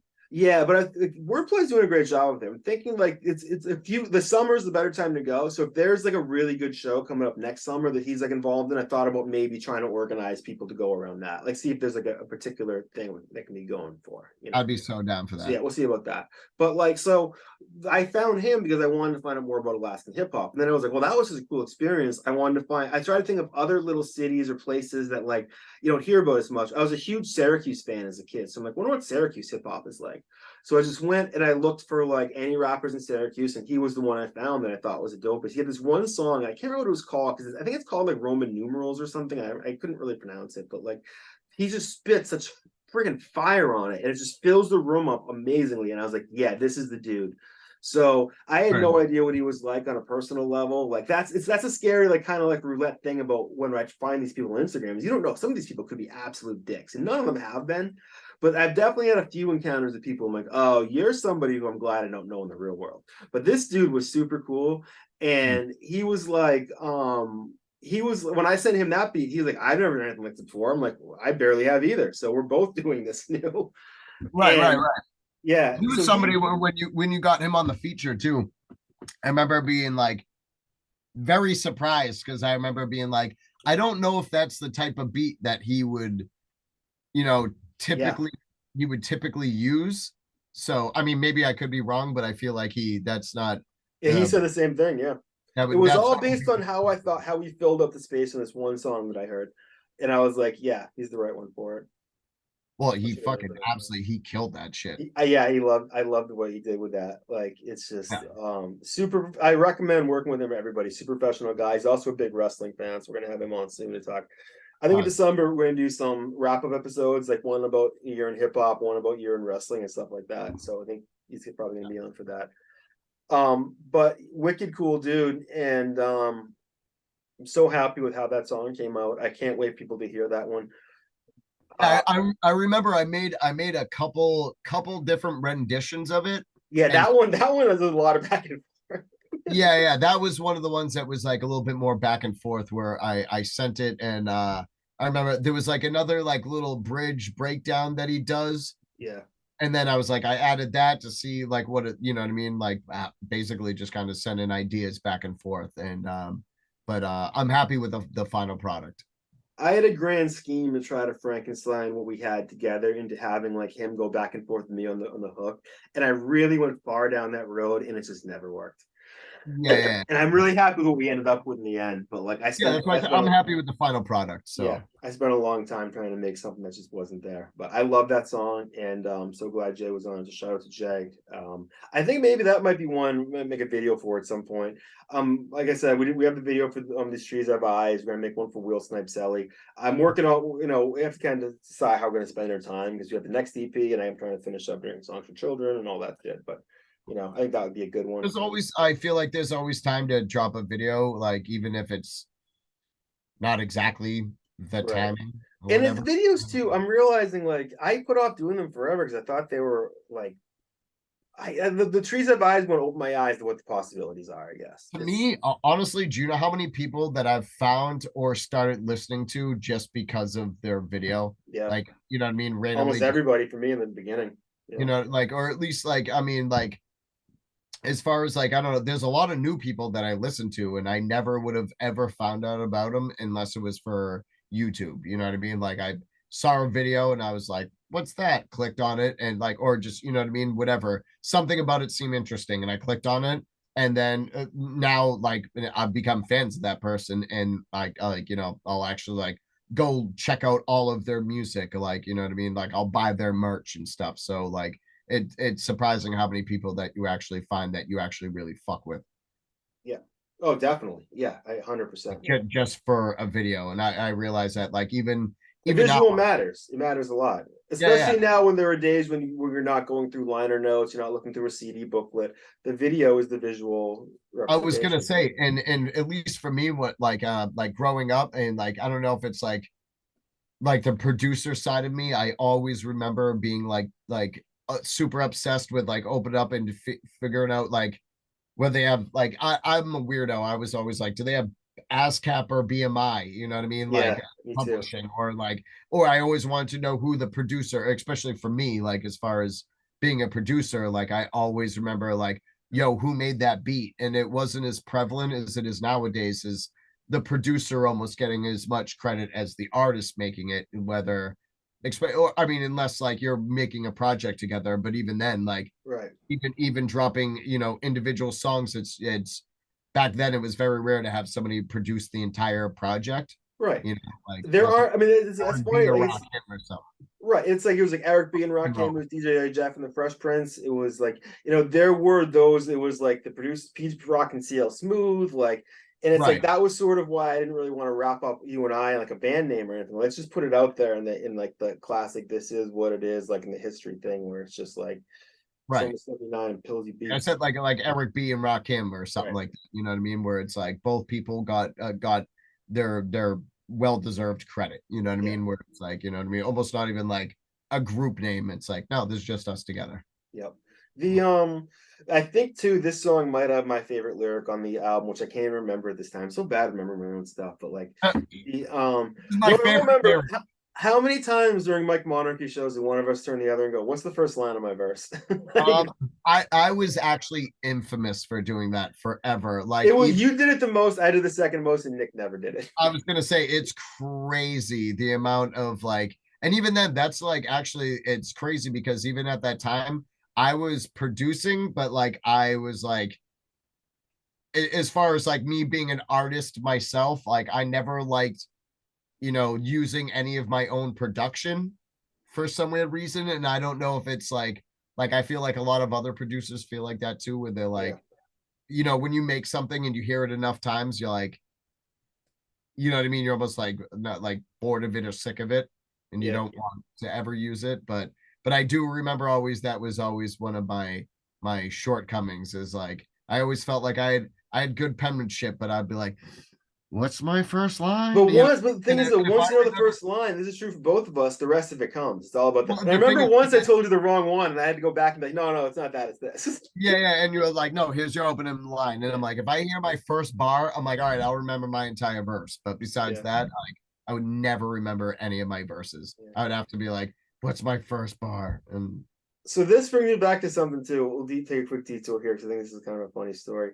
The first Mike Monarchy show ever, that was me, you, Pascarosa, Narconics, and DJ Wise one at the All Asia Cafe in Mass Ave. It was this show. Numerous funny things happened. Once, I've never had so many of my ex-girlfriends in one place at one time before. When I look at the footage, I see them. It's like Where's Waldo? But Waldo's everywhere. And I remember too, it was a hip hop show / comedy show, which is a horrible idea. We would go back and forth between comedy see, acts and hip I hop acts. disagree. I actually like the idea. But it didn't. But the problem was people like when you stopped doing music, they wanted to talk, and then you have a comedian yelling at people from the stage, being like, "You're supposed to be paying attention to me." Right. Well, I feel like that's such a like contrast of like somebody being like, blah blah blah blah, and like everybody's sitting there listening, and then immediately after, like you said, everybody wants to talk, and then all of a sudden this guy's like, pay attention to me too, Right. and it's hard to get people's attention like that. But what I remember most about that night was first song, first right when the beat kicks in, some dude tries to start a fight with me from the front row. I And do. and it's on video. You can kind of see it. You can see that the guy is like pointing at me and really pissed. And Yeah. I'm confused. And I'm just like, and then I see and then I just immediately go into my verse. And then Joey Glenn comes over and sort of takes the guy aside and like talks to him or something. The guy had thought that I'd said something. He was drunk and he had thought that something I said was dissing somebody. Because I was like, yo, shout out to like whoever the previous whatever was. And I think he thought that I was saying like, fuck those guys or something. But this dude was ready to friggin' fight. Like, and I'm like, dude, this is the first song of the first performance of this new band, and I have the first verse. So can we put And this you on are the gonna get punched in the face. I know this dude was all about it. So thank you to Joey Glenn for taking care of that for me. Yeah, for him to be like, dude, chill the fuck out. Yeah, and so, but I thought that was kind of funny. But yeah, that was a fun show. That footage is I think is still on my YouTube. If not, I'll put it back up there. But I'm pretty sure I actually have like a burnt DVD of it I somewhere. probably gave it to you. Yeah. Yeah. I was like, I think I have a burnt DVD of it somewhere, which would make like some great footage somewhere at some point. And I'm not gonna get into it today, but we did open for Onyx. Somebody did tape it, and they did tape over it. They did tape over it. I don't want to get into whatever. This dude has since bought art for me, and I found that to be a very shocking moment where I did feel a bit of retribution. But he was not the most responsible person back in the day, and I think yeah, I'll just say whatever. Yeah, well, they were hammered that the people who taped it were hammered that night too. Well, because I also remember that being like like obviously it being Onyx, and you know, That like was their best show. Yeah. I remember it being so fucking, that was wild. Like that was just like a super, super hype show. Like, There was a big mosh pit for a oh, a hip hop huge show. mosh pit. We have some pictures of it. It's There was nuts. people like, I remember like people crowd surfing, Yeah. and yeah, I just remember that being a super sick show. Yeah. That was, So, yeah. but yeah, so that was that was Mike Monarchy, and the next song, this is another one that I sort of have kind of a fun story for, but I can't tell the name behind it. But Roaming with the Buffalo. This is a song that title is sort of a reference to Hunter S. Thompson. And that was the name of the or the Buffalo Roams was the name of the movie that Bill Murray played in, if I remember correctly. Yeah, it was pretty much a very like a Fear and Loathing type thing, but it was it was years before that. Yeah, it was Bill Murray doing right. it, you know. And that was called Where the Buffaloes Roam, and this is sort of Roaming with the Buffaloes is sort of a play off that. I think when I wrote that, I thought that's what the name of the movie was, and then when I realized it wasn't, I had to go back and change it. I'm sure it's sort of better the way it is. But I was gonna say, I actually like it better that it's not the exact. Yeah, I think it does sound better. Though it kept me kept trying to think what the plural for buffalo was. I don't even know if I really got it right. I should go actually Google that before we release this shit. I don't know if it's like it's still just moose. Yeah, it might be. I might I have grammatically fucked it up. It's hip hop. Who cares? It might just be buffalo. Like I don't think it's buffaloes. Yeah. So this is the song that ties a little more back into the narrative of the Quiet Life Loud Friends, because it's sort of about, it's me once again exhibiting a character that's an asshole, that like basically is just like privileged and just like just a privileged asshole. And at the end, it kind of goes back to that car theme where I'm driving off drunk and you can hear like the car sounding, and I go, "Don't you know who my father is?" And it's like, so that's not, for anybody who's listening, that's not me. I don't have a "Don't you know what my father is" type life or personality or whatever. That's all the fictional element of somebody who's just gone way too far down their own path and is up their own ass. But yeah, it's a very that you actually have a couple lines in that song, like as far as like the like character or whatever. You have a couple lines in that song that are just like so dope.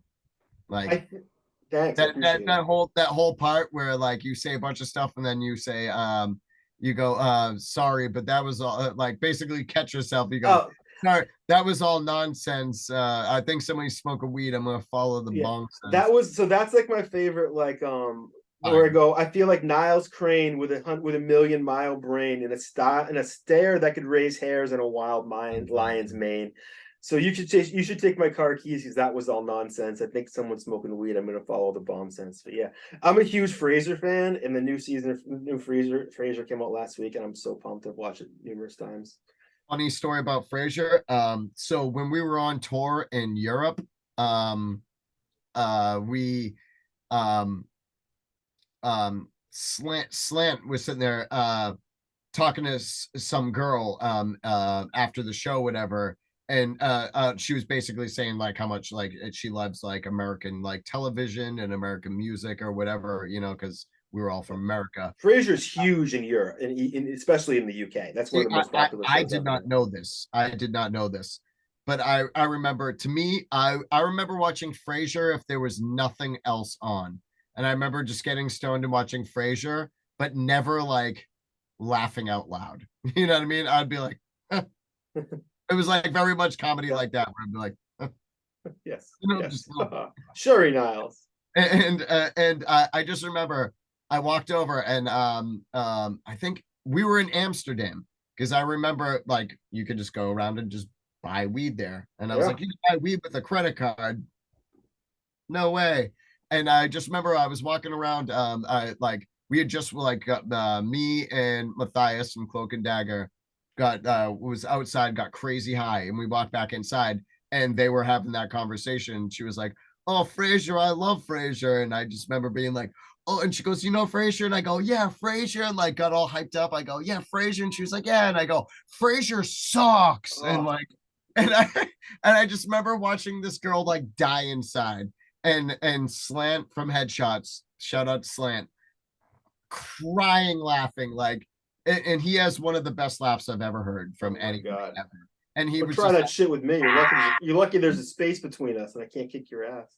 Oh, dude, he was dying laughing just because he was like, "Oh, the way you said it, I thought you were gonna be like, oh, I love Frasier," and she was, "Yeah," and I was like, "Frasier sucks." How dare you to my soulmate? I'm sorry, man, but yeah, I crushed this girl's dreams. I grabbed. I think she was Polish.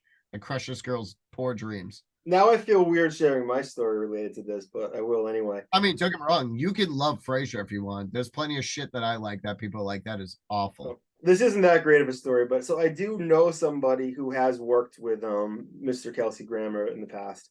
And so after I saw the first two episodes of Frasier, yeah. So after I saw the first two episodes of Frasier last week, I texted the person I know, and I was like, next time you see your man Kelsey, tell him that Frasier reboot gets 5 stars from this longtime fan. And he writes back to me, he's like, I can't read the first part, but he goes, so no, I won't do that, but I'll pretend I did, and he probably won't be able to tell the difference. That's a great answer, actually. I know it was. But he has nothing. He has. I mean, it's like I don't try to abuse like my friends and their relationships. So is it all the original characters? No, it's really just him. But it's he's back in Boston, I think. But it's like Daphne and Niles' son is on it, but they're not on it. His son Freddie is grown up, and it's like I really enjoyed the fuck out of it. And part of it is the nostalgia, but I just absolutely love that show and that character, and I was so on. Dad dead. He passed away, and they deal with that. And he died a few years ago. And that's what sort of just keep that like rocking chair in the corner, like or like the beat up chair. Yeah. Well, do they just keep that in the corner? And they're like, no, because he lives in Boston now, so he's in a totally different apartment and stuff.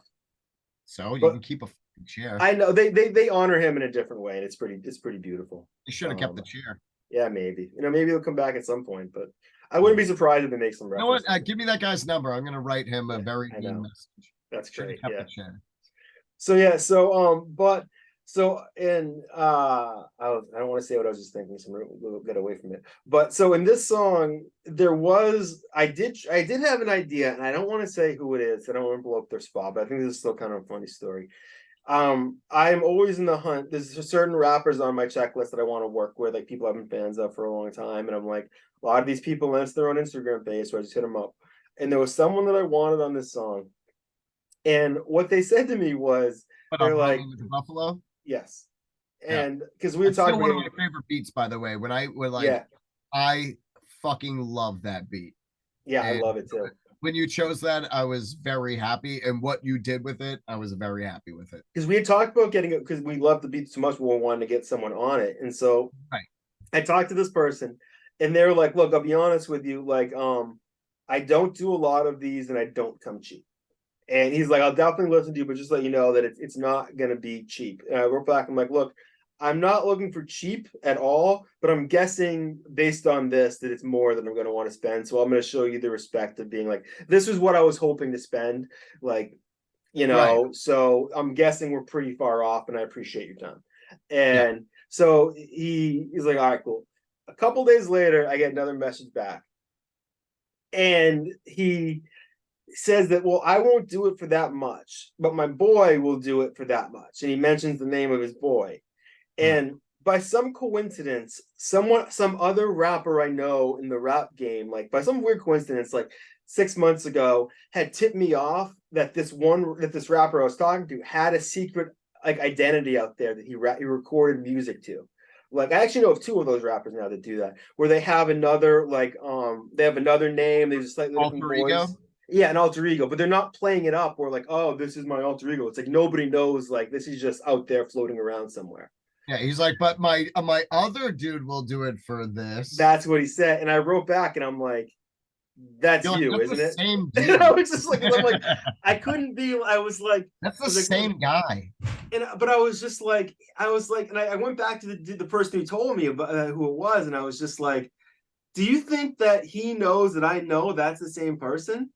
And he was just I would have just said that. I would have been like, I know that's you, right? Well, that's what I wrote back, and I was like, that's just you, isn't it?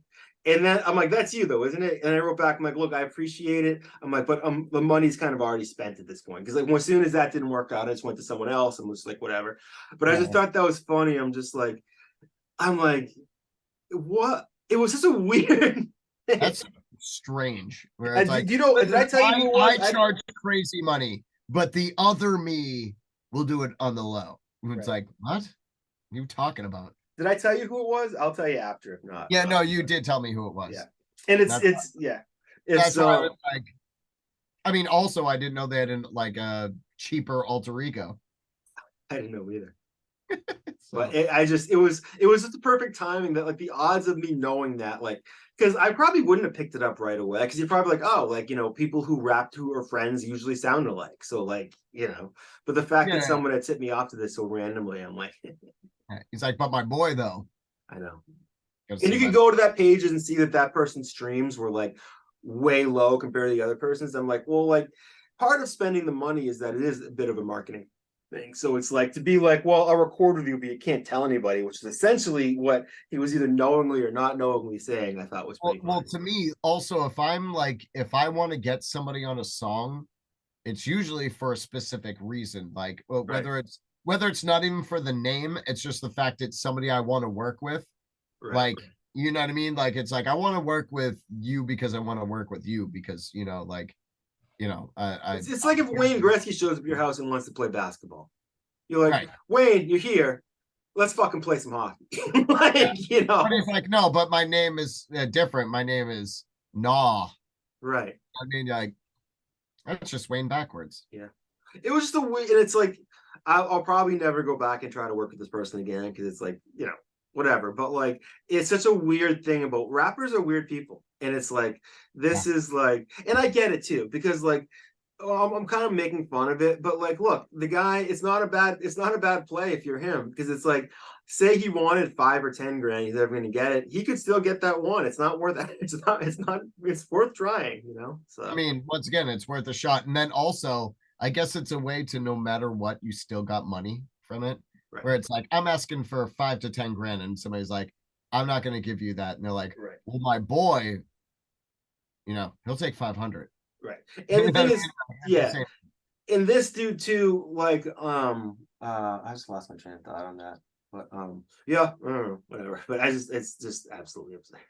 That is insane. Oh, dude, my point is that like, I kind of get like the idea that like, oh, like I want to be careful. Like, sorry. On a different day, I might have said yes, because in the long run, like, I know it's him. So like, what's really going to stop me from being like listing it as one name and putting AKA whatever? So that was and I don't like to be deceitful about that, but I'm like, if I were to actually do this, like, is it my responsibility to honor the fact that nobody knows who this is? I thought that was an interesting, like, moral conundrum that I went through. I was gonna say, I guess that's like where like you have to draw that line. Like, do I not want that, like, anybody to know that that's still that other person, or like, or on the other side of that, do they want people to know that that's who their alter ego is, so their other numbers go up? And then the other thing too is, you could think of it like, what if you found out that like some random person that did a verse on some old song you like was actually some other rapper? Like, there's that mystery to it too that's actually kind of cool about it, you know, like, but like, it's like things like that kind of need to have a payoff to make it worth it. Because at this point, I was really watching every dollar I was putting into this project, and I was like, well, if I don't think there's a payoff to this, like, not a payoff meaning I'm going to get my money back, but if I don't think this is the wisest way I can spend this money in terms of helping the album, it's not the best move to make. You know, or even then, if you planned on like, what if the next person that you hit up was somebody that you really want to work with, and they were like, oh, I'll do it for, whatever. Then, and you were like, oh yeah, I have that, because, I didn't spend that on other miscellaneous shit. And it is surprising too what rappers charge. It's really all over the place. I mean, some of them are really high, and some of them get them on a good day. You get a good deal. So I guess it depends on who it is, and also it depends on surprisingly, I feel like I've gotten to work with with some of the people that I'm like huge fans of, just strictly for the fact that they just liked my beats. Yeah. So like, even then, where like I just hit them up and was like, hey, I got beats, you know what I mean? Like, listen to some. And surprisingly, there's been, certain people that I really want to work with that were like, hey, I like your shit, send me some more. You know what I mean? Whether even those weren't the ones that they wanted, they liked what they heard enough where they were like, hey, what else you got? Like, what else? Send me something else. And then I've sent them a couple other things that I thought would be, maybe more up their alley, more in their lane. And they were like, yeah, I like it, I'll use it. And I'm like, oh, Okay. Yeah. Oh. Do you remember when you made the Buffaloes beat? That one was more of like more of the recent beats that I made, like at least in the time that we're sending stuff back and forth. That was one of those beats that I made within that time frame, because I'm always making something. I'm constantly still making something. Like even recently, just because I was mixing and mastering and recording like 4 different projects at four, I think 5 different projects at once. I took a little time off from making beats because I was just so busy with just mixing shit and like just kind of going back and forth with ideas or whatever. But yeah, around that time with the when I was sending you stuff, I made that beat. I just remember being like this.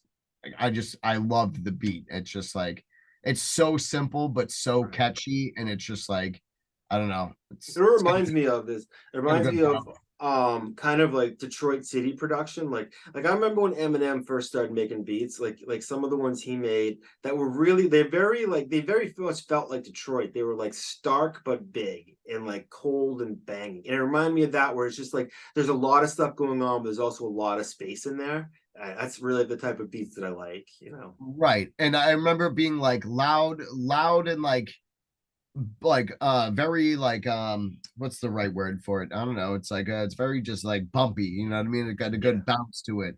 And just like automatically, well, like I feel like when you hear it, like automatically it makes you bob your head, which I mean, obviously I think for like any good music or any good beat rather, like you know what I mean? Like it just if you automatically start nodding your head when you hear it, it's like okay, that is there's something to that. And that's one of the beats that when I made them, like it's automatically, it makes you automatically bob your head. And immediately, like, I feel like that's one of those beats I feel like anybody in the world could have rapped to it. You know what I mean? Yeah. Like, Yeah. I feel like it was very well rounded, versatile, where anybody in the world could have put a dope verse on that. It's funny you said it too, because when it would be like that, like when like it'd be like that could be like a single. It could be like, and that the song that I recorded to isn't really the type of song you'd release as a single. It's a song that's basically a story that escalates and over, it's something that their issues By the way, escalate over 3 verses. I believe anything could be a single. Well, yeah, I think I probably could. You know what I mean? Anything could be a single. That's why usually when people are like, oh, pick this for the single, and then like artists go back and forth with their label or whatever That's a else. good point. Like, Yeah. and they're like, oh, I wanted this one. And then they, or fight tooth and nail for something and they put it out. And then that's the song that ends up being like, you know, Yeah. the biggest song and making everybody know about the album. And they're like, oh, I had to fight tooth and nail to get people The to. example of that, I think, if it's Change Clothes off the Black Album by Jay-Z, which is a song that like that was the first single off that album. And I love that album. It's one of my favorite Jay-Z album, but it's sort of off the tone of the rest of it and almost like very off tone for Jay-Z. Like there's nothing tough about that song. Really. And it's very surprising that would be the one he would choose for the single. Right. Yep. For it. And maybe he didn't even have the choice in that of, I mean, I assume he does. He I probably feel had a lot to say, yeah. But yeah, I feel like he has a lot of say in anything that ever does anything. But if it's so off tone from like the rest of the project and everything, it's surprising like when somebody's like, this is the single. Right. But it works though. But yeah, this isn't the single. But like it's there was a part of me that listened. It could be, yeah. But that was a part of me that was writing to it that was kind of mourning the songs that wouldn't be written to it. Because there's a part is like sort of be like, oh, there's so many other ways you could take this beat. I was almost like mad I could only go in one. Well, that's I feel like also like when I originally sent you the beat, I remember being like, this is one of the ones that I want like a feature for. Yeah, like if we're gonna do, because I feel like I don't like try to add any say in certain things. Like when I leave that up to the artist of if they want to put somebody else on that song or whatever, like I leave that up to their discretion. But that was one of the few beats where I was like, I think we should get a feature for this one. That was like the only one that I thought. And then, but ironically, what you did with it, and then we didn't end up doing a feature, and I feel like I'm happy with it. I'm like, I couldn't be happier. Me too, because I felt the same way. And I had a very specific version of what that one person that didn't end up doing it was going to do on it. And there was like, I didn't really hear anybody else because I did wanted to keep the narrative of the song. And I was just like, once that didn't work out, I'm like, I'm just gonna do it myself, because it just like at that point it made sense that like for two verses where I'm sort of talking about an escalating thing, if it wasn't going to be this other person, it just should be me finishing off the story, you know. Yeah, and honestly, I think you tied it together in a nice bow. Yeah. So that goes into the last song on the proper album. We'll touch on the bonus track a little bit too. This is the supersized episode. The Summer Lovin'. So this song, you know, we've been working on this is a song with Copywrite and Onest the Grease God, and we've been working on a lot of songs with Copywrite. I will say, when I sent him back this one, he seemed to have the biggest reaction of this one. He seemed to really dig it. really, Yeah, I think, and this was the one that was sort of and you talked me into something I didn't want to do on this song, and I'm so happy you did. Where like I originally wanted this to be me up first, because the end of my verse was supposed to go into something he says, and then when you gave it back to me, I was second and he was first, but it was because the Copywrite always throws in some accoutrements. Like he definitely put in a lot of like stuff before and after. Yeah, you know, he sprinkles a lot of spices on his shit, which I do appreciate though. Yeah, I do. And it's like sometimes I want to use them and sometimes I don't, because it's like if every song you do with him is like that, it kind of sounds the same. So this one, I was like, get rid of it, because I just wanted to keep this song. I was really trying to concentrate keeping the album under 20 minutes so that it would fit on vinyl. And I'm like, that's something that can go. But the way you did with it, what he did with it is perfect with what you did with it. Like he really like gave us something great to work with that I was ready to throw out. But he really frames the song with an intro and an outro really nicely. Right, and that's something that it's like to me, when somebody sends me stuff, even if I don't use everything, like if somebody sends me something to like engineer, like you know, to mix it or master it or whatever,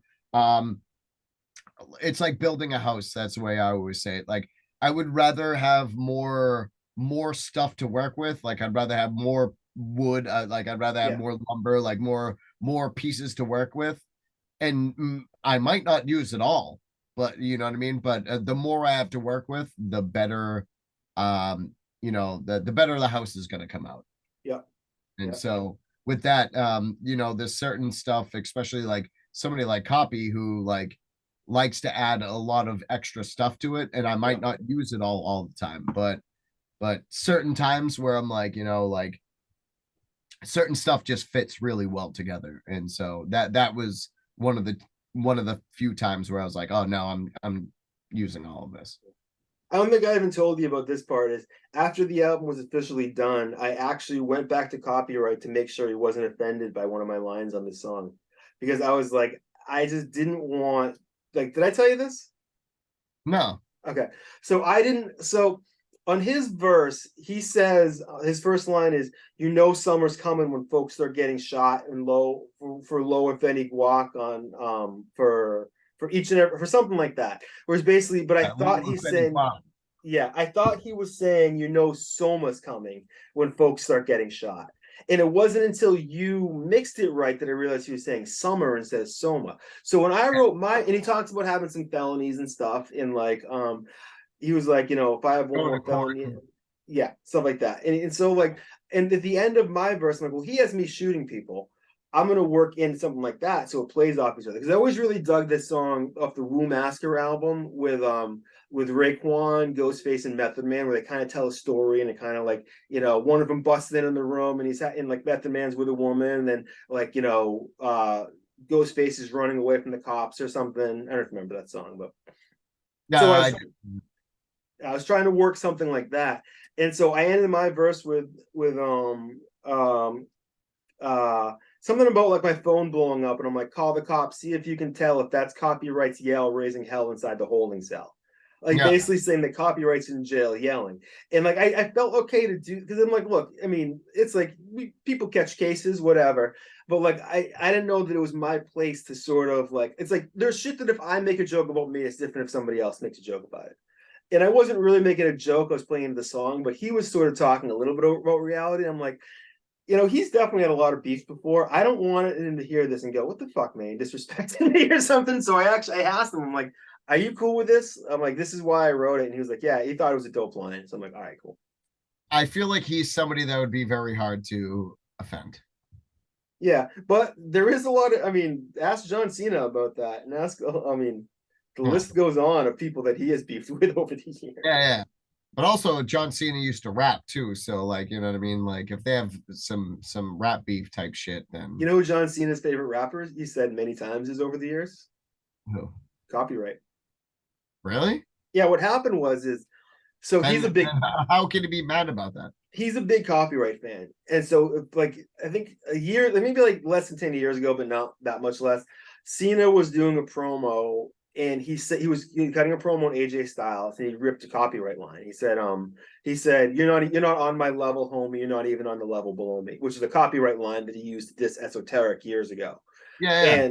And so years later, Copyright got wind of that because some fan sent it to him, and so Copyright wrote a diss song at Cena for ripping off his stuff, and that's on Copyright's last album last summer.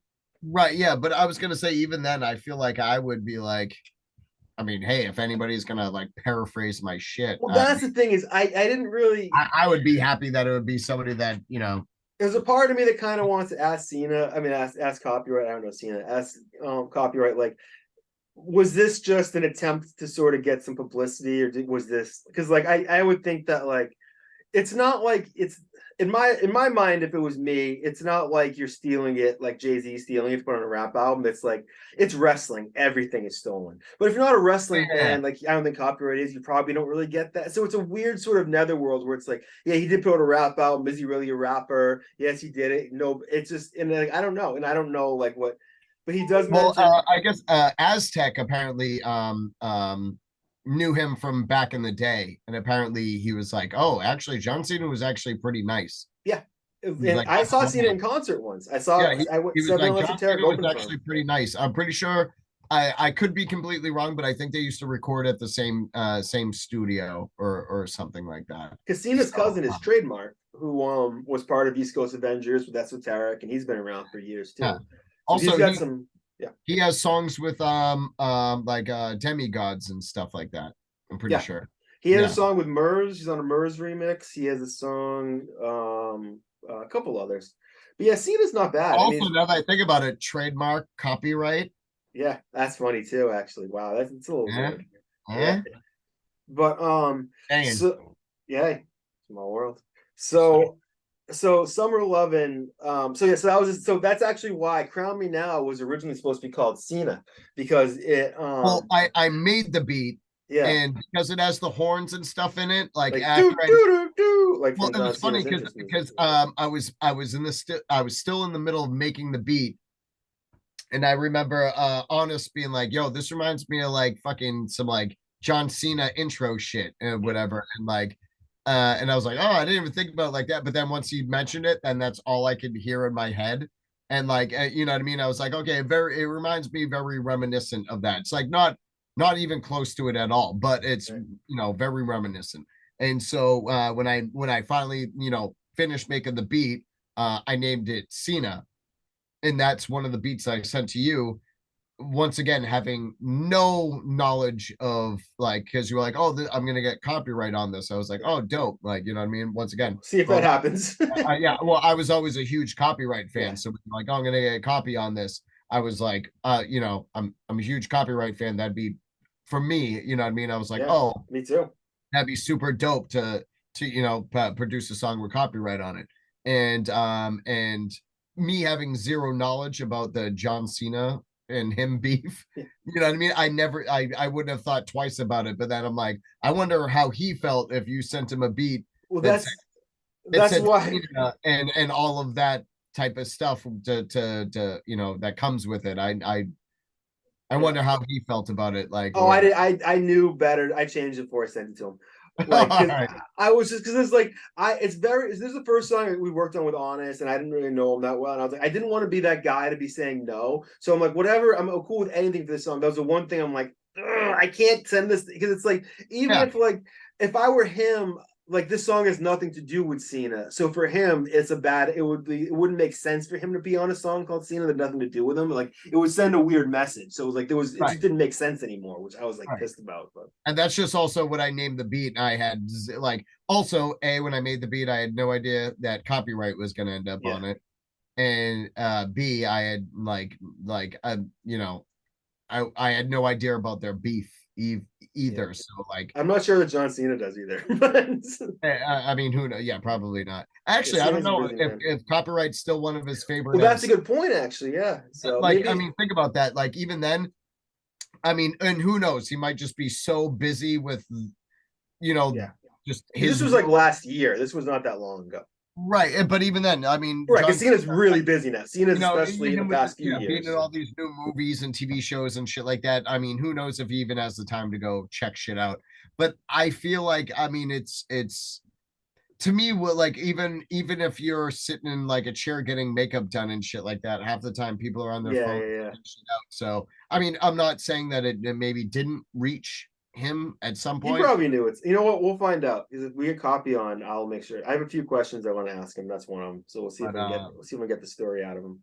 yeah, well, even then, who knows if it even reached John Cena's ears? I mean, to me, that would be fucking super dope if it did. If Yeah. I was like, yeah, you know what I mean? Like John Cena heard that track I produced with, you know what I mean? You, Onest the Grease God and Copyright on it. I would be like, that's fucking tight. I know. That's But yeah, that's a dream. you I know what I didn't mean? I Like, yeah. I don't know.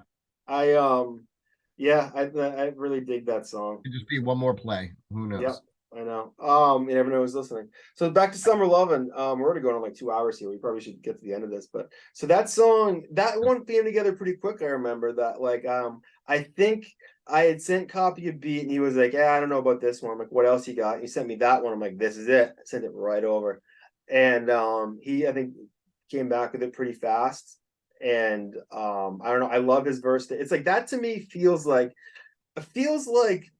a complete polished song in a way that I'm not used to doing. Like everything, the whole thing thematically, I think flows really well. And the hook started off as a joke. And I still don't know if it's a joke or not. But like the idea I had was I'm a big Beach Boys fan, like old school, like Pet Sounds, and I love like the way they're harmonizing sounds. And I'm like, I want to do something sort of like that, but like I can't sing like Brian Wilson. So like I did a scratch take where I'm like, I'll get someone else to do this. Yeah, And because then I remember the rough copy that you sent me. Also, by the way, Charles Manson wanted to be in the Beach Boys. yes, yeah, But I remember you sent it me was like a great. rough version with you know your rough vocals of the like just that rough idea in it. And then when I heard that, I was like, that's actually kind of fire. And I was like, I actually really I like that. I like that idea. And I was like, some of your vocals, like, you know what I mean? Like do a version of it, like, you know, and I'll send me your vocals and you know, let me fuck with it. And I talked to my friend Rick Seaholm, who's a former guest in this podcast, who's he's been a choir director for years, and he kind of coached me through a little bit. He did some scratch stuff too, and I still swear I hear his voice in there because I sent you some of his vocal files too, but maybe it's Right. not him. Well, the thing Um, is, I think the thing is I got a bunch of different files of his too. And I remember just like trying to mix a bunch of other stuff. And I feel like because the hook is so like big during that yeah, section yeah, yeah. that I feel like it was just so much going on. And the more I tried to take out, like I just tried to take out and only use like a little bit of his stuff.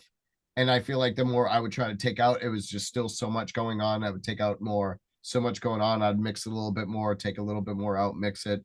Still so much going on. And yeah, I remember I think there might be only one tiny layer with him in it. It might That's be what might there's be one one layer that I think really cuts through as sounding good. And I just don't believe it's me. So it's either that I'm hard on myself or that it maybe is him. But like I was just like I can't believe I was me singing. Maybe it by the was. way, no, I'll just give him credit. First of Yeah, all, the teacher that tried to fuck you yeah, was right. You're a terrible singer. And I'm great yeah. at mixing, and your buddy carried you. Yeah, it's true. And that's funny. I'm actually working on a little EP with him that we're gonna do next year.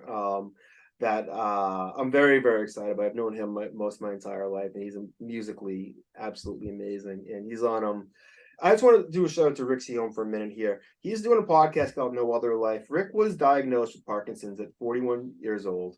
He had symptoms going back to his early 30s. And that's very rare. Parkinson's is usually something that if you're going to get it, it's later in life. And Right. Like, Rick is one of the kindest, nicest, most wonderfully talented human beings I've ever met in my life. And like what he has done in the past few months with putting himself out there a little more and kind of talking about his experience about how this is the one life we have and like there is no other life. So enjoy this regardless of your cards. It's really sucked me in, and I'm really impressed with what he's doing. So he's someone I definitely recommend that if you have the moment to stand in his light for a few minutes, it's he's one of those people who when you talk to it feels like you're the only person there. And check out his episode, and if you like him, check out his podcast. Just want to give him a shout out because he may or may not be in there. He may be, I don't know, but yeah. Yeah, I actually I think I only, well, like I said, I got a lot of his layers, and because like I said, there was so much going on with the hook. I think I only ended up using one of his layers or two at the most. yeah, I think okay, that makes sense. Yeah, And the thing is, and I mixed it in with your vocals because I like just the idea that you had behind it. Like I feel like the vision, I could see it. I'm like, I could see the vision behind it. I'm like, it just needs some mixing done. You know what I mean? It just needs some, you know. I'm glad he's in there a little because it's like to me, he's such a special person to me. I'm happy to have him there. Yeah. No, I was like, I'm pretty sure I only end up using two of his layers because like I said, there was just so much going on at that part of the hook. But yeah, I think I only used two of his layers on that. But I feel like everything blended very well. But by the end of it, when I finished it, everything blended well. And I will actually too. The first song, These Trees Have Eyes, Rick spent a lot of time with me going back and forth in that song. There's many versions of that song I recorded. My girlfriend is so fucking sick of that song because it would play here so many times in the house over the course of a few days of me trying to fix it. And she's so every time she hears it now, she still reacts to it.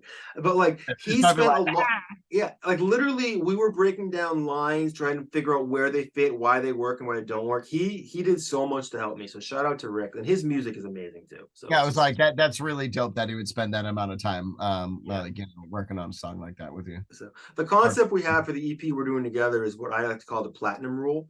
And this is the idea. I don't know if we're definitely going to go with this. This is the idea I suggested, where the golden rule is do unto others as you want them to do unto you. But I think what's even better is the platinum rule, which is treat people the way they want to be treated. So instead of treat people the way you want to be treated, it's treat people the way they want to be treated. Because then it's not about you; it's about them. And that was to me very selfless. Right. That was to me, and I consider Rick to be one of those people. So I'm like, this may be, I want to see if I can build something around that theme. I haven't figured out what it is yet. He sent me some beats, but we haven't, it's the one I can't work on until I finish all this other stuff. So yeah. Still got a bunch of stuff to do. But so with Summer Love, and the idea was I wanted it to be that layered Beach Boys type harmony where there's highs and lows, and it's like, but I didn't have Brian Wilson's voice. So what Pilze and I talked about was like, it was, how do you find the right blend that you could argue this is good on its own sake, but you could also argue it's a joke?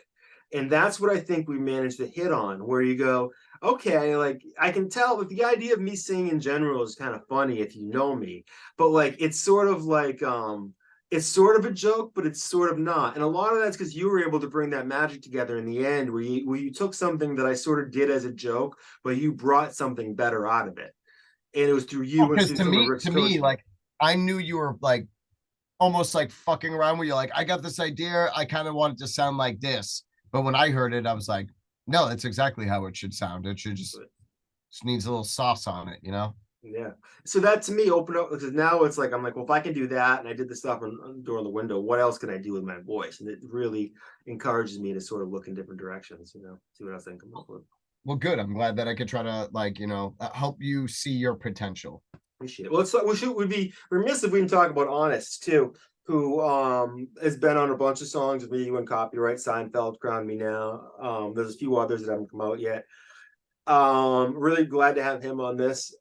He's such, I don't know, you know him very well. I've only met him, I think, once at the Copywrite show that I left before Copywrite went on, and didn't actually meet him. Me and Onest actually got to kick it with him. I think for a while he thought that I was you, and I think he finally realized that I wasn't, because we were just talking over like text or something. Yeah.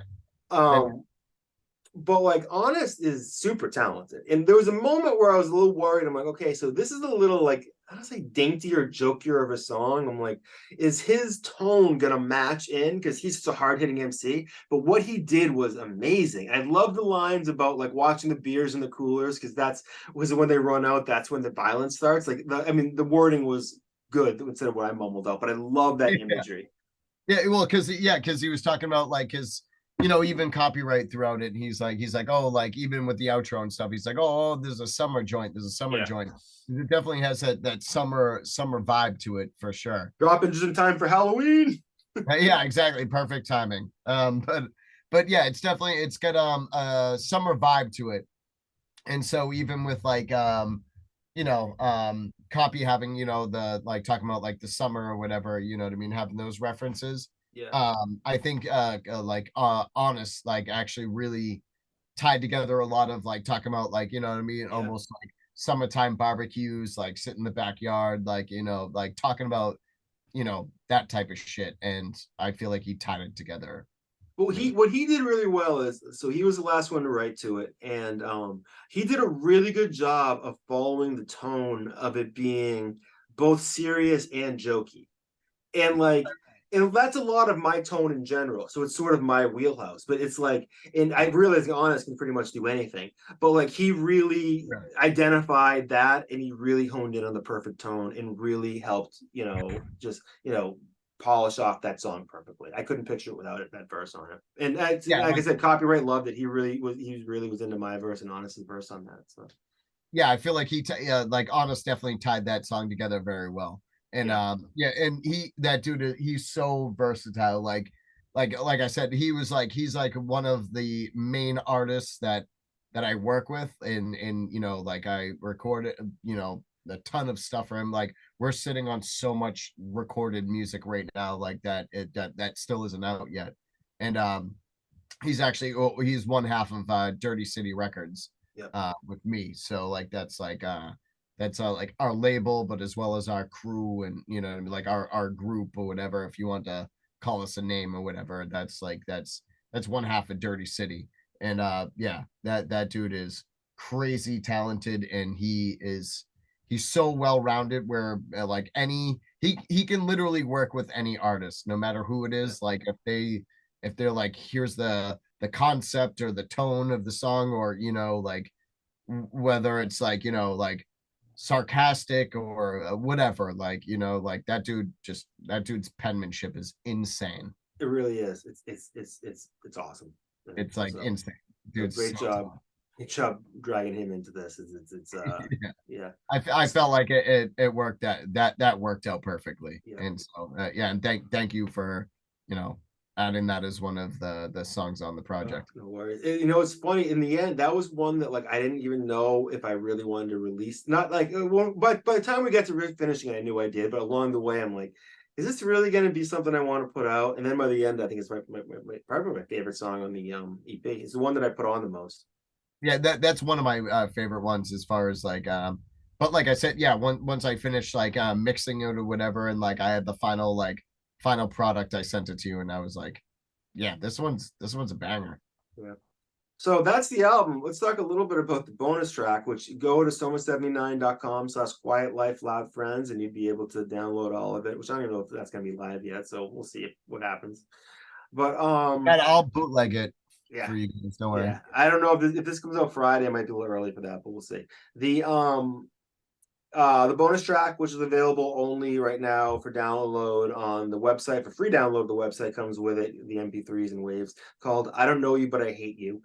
This was one of the ones that I wrote during that Ritalin binge. I wrote the first verse, really liked it, and then didn't know what I was going to do with it, and then I just came up with the idea for the second one after, like, it was during that weekend I spit this one out.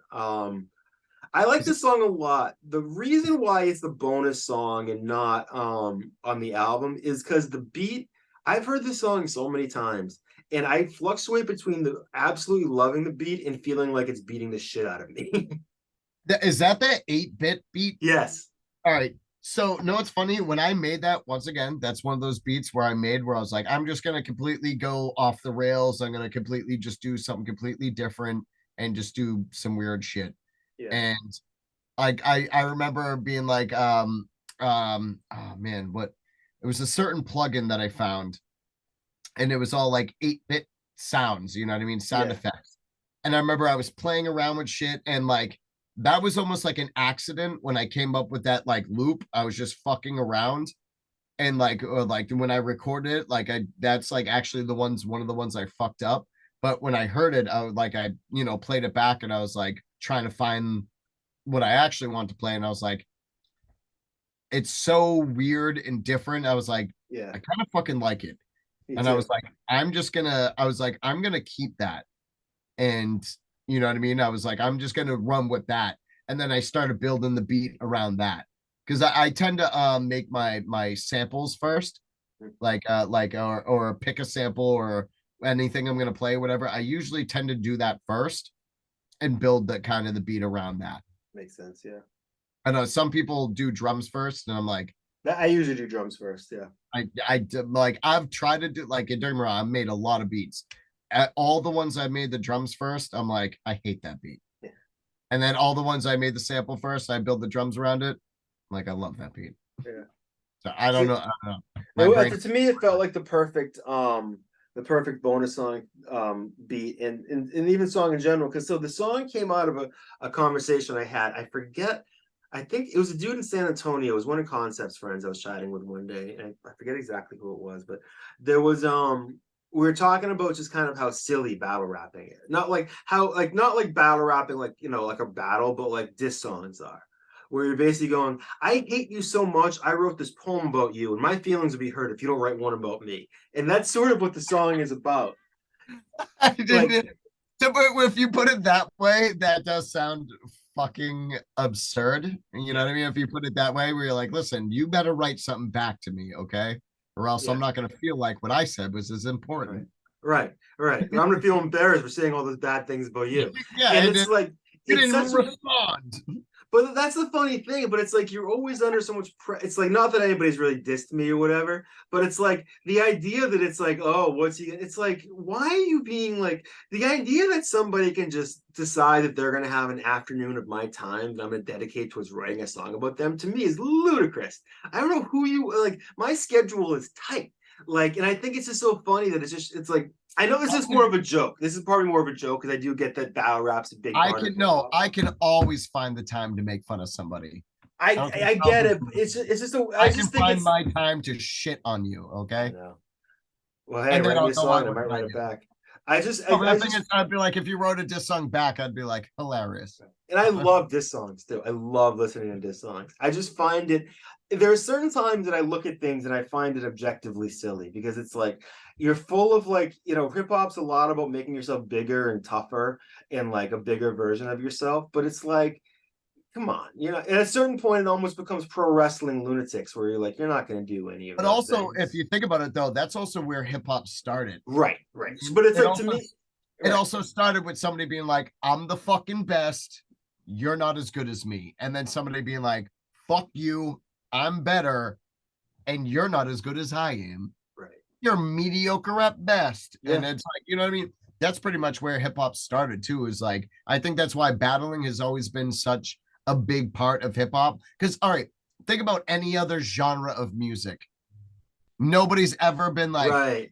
bro, you fucking suck. You know what I mean? Like, no fucking. All the only other version there is like Robert Johnson versus the devil or something. It's like one of Right. those like from like the movie Crossroads. It's like that's like Yeah, exact. And like, but besides that, you know what I mean? Unless you're fucking dissing the devil, you know what I mean? right. Like, most people are like, you know what I mean? Like, not most. I mean, now that I think about it, not most, all. There's no other genre of music that I ever seen. Like, there's bands that have beef with each other, but it's very rare if you ever see that band write another song about that Right. other band shitting on It's that. it's a weird. It's a very weird thing, and I do Like, agree. And no I other don't want genre to. of music has that. Right. I don't want to pretend like I don't love beef and hip hop, and I don't think it's an integral part. I just the day that I wrote this, I was just thinking about how objectively silly it is, and just All right. like Well, actually, now that when we're talking about, if you were to pick your favorite like diss song, what would? Checkmate by Jadakiss. Oh, without question, you literally did not hesitate. Yeah. The 50 Cent diss, right? Yeah, where that song is just knockout after knockout after Oh, knockout. dude. Since when It's is like it? going to see 50 at a show and he don't come out singing. Yeah. Since when is it cool to get shot and not shoot Got back? shoot back. Yeah. I love that Bro, song. I was gonna say bar for bar, that shit is Yeah. stupid. I remember being I had my first real like adult job, and I worked at a metal fabrication shop, and I had a creative, and it was before a creative was like an iPod before iPods were a Oh thing. yeah, like a Zune. Like Yeah, but it was called a creative, and it was like it could hold like a shit ton of songs. And I remember it had that was one of the songs that were on it, and then it had a bunch of Eminem diss songs too to like other people and shit on Oh there, yeah, like he's got some DJ monsters. Green Lantern disses and shit like Oh that. yeah. But What do you think the best is? What's your favorite diss song? ooh, so mine one of mine, I mean, obviously, like I guess one of the most classics is like Ether.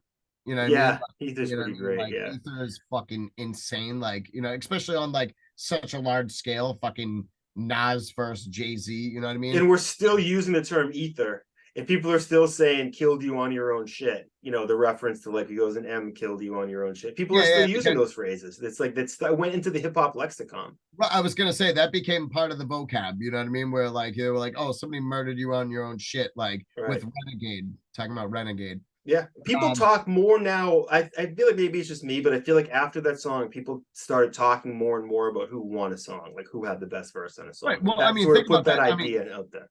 that's pretty much all a diss song is. It's like Right. if I'm dissing another like dude, you know what I mean, and he's dissing me back, the only thing to have it be comparable is to other people to be like, yo, this one's better or this dude won. You know what I mean? Right. Like that's I guess the only way to gauge a diss song, unless it's like an actual battle with judges and shit. Right. Like And most battles now aren't judged. They're both just decide in the comments. You know, who right. cares really? And I mean, and I guess it's probably maybe better that way instead of you making somebody pick about who they think Yeah. was better.